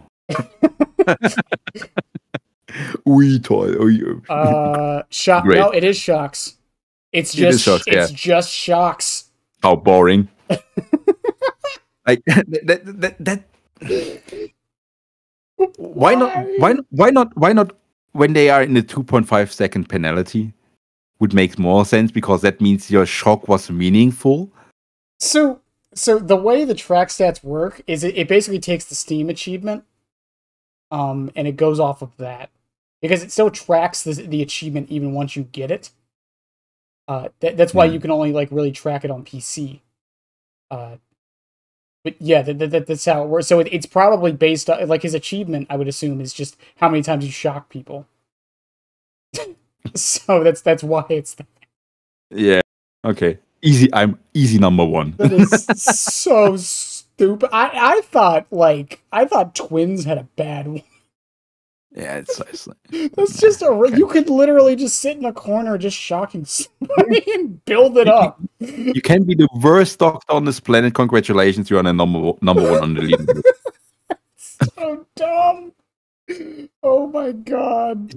It's such a wasted opportunity. I don't know if you remember that in 2018, right before the clown chapter came and the store, they made a little video, the devs. And they announced that, of course, they announced the store, but they also announced leaderboard. Guess what never happened? The leaderboard? Yeah. They've said they don't want to add it because everyone would start from zero. And I will Behavior, if you're listening to this right now, no one cares. Like, if everyone starts at zero once it's added, no one cares. Please. Yeah. I would rather have it and start from the beginning than not have it at all. Exactly. Give it to me. I got a little mad with that one because it's God, that one irritates. It's such a dumb reason not to add it. I think it would probably hard to implement because of the coding. We all know how DBD coding works. Just do what the normal leaderboards do. Just track the achievements. Maybe. Like, we know they can get the stats because they put them out all the time. Yeah. Right. What was I going to say next? Oh yeah, before we end this, I do have to ask. I don't frequent your streams as much as I should because I am a very busy person. For those who don't know, not tooting my own horn, I'm just being realistic. Why the Yuichi hate? I kind of just rolled with it while you were doing it, but I'm genuinely curious now. Well, first of all, everything what happens in my stream to Yuichi, he deserves it. Okay. Every single slap he gets, he deserves it. I hate him. Not because he's wearing a yellow jacket. No. Some people think so. No, the thing is, I think Yuichi is a grown version of a non-educated child which throws himself on the ground and cries because he doesn't get its candy.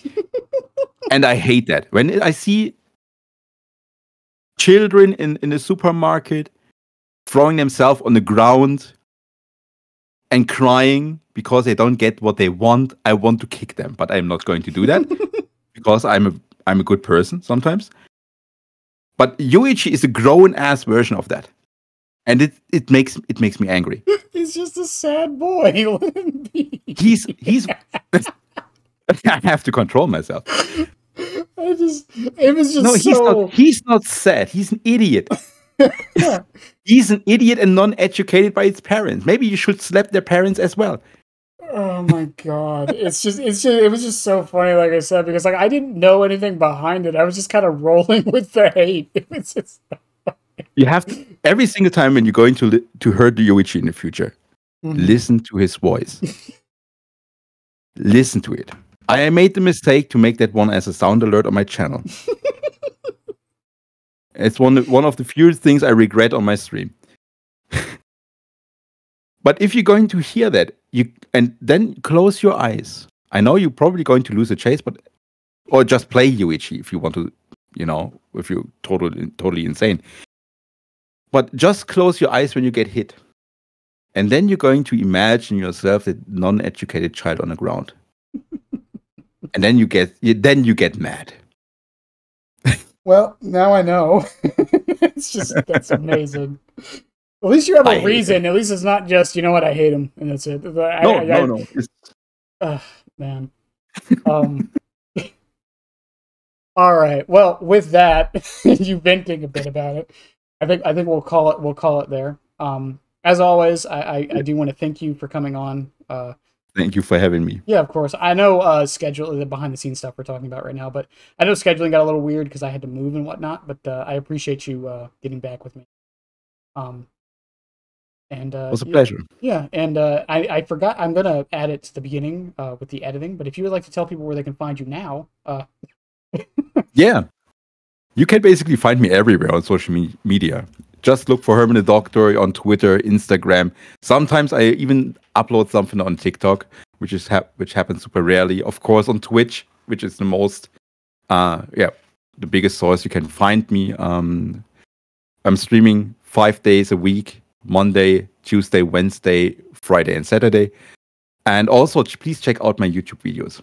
That would be super sweet because we are close to 2K followers.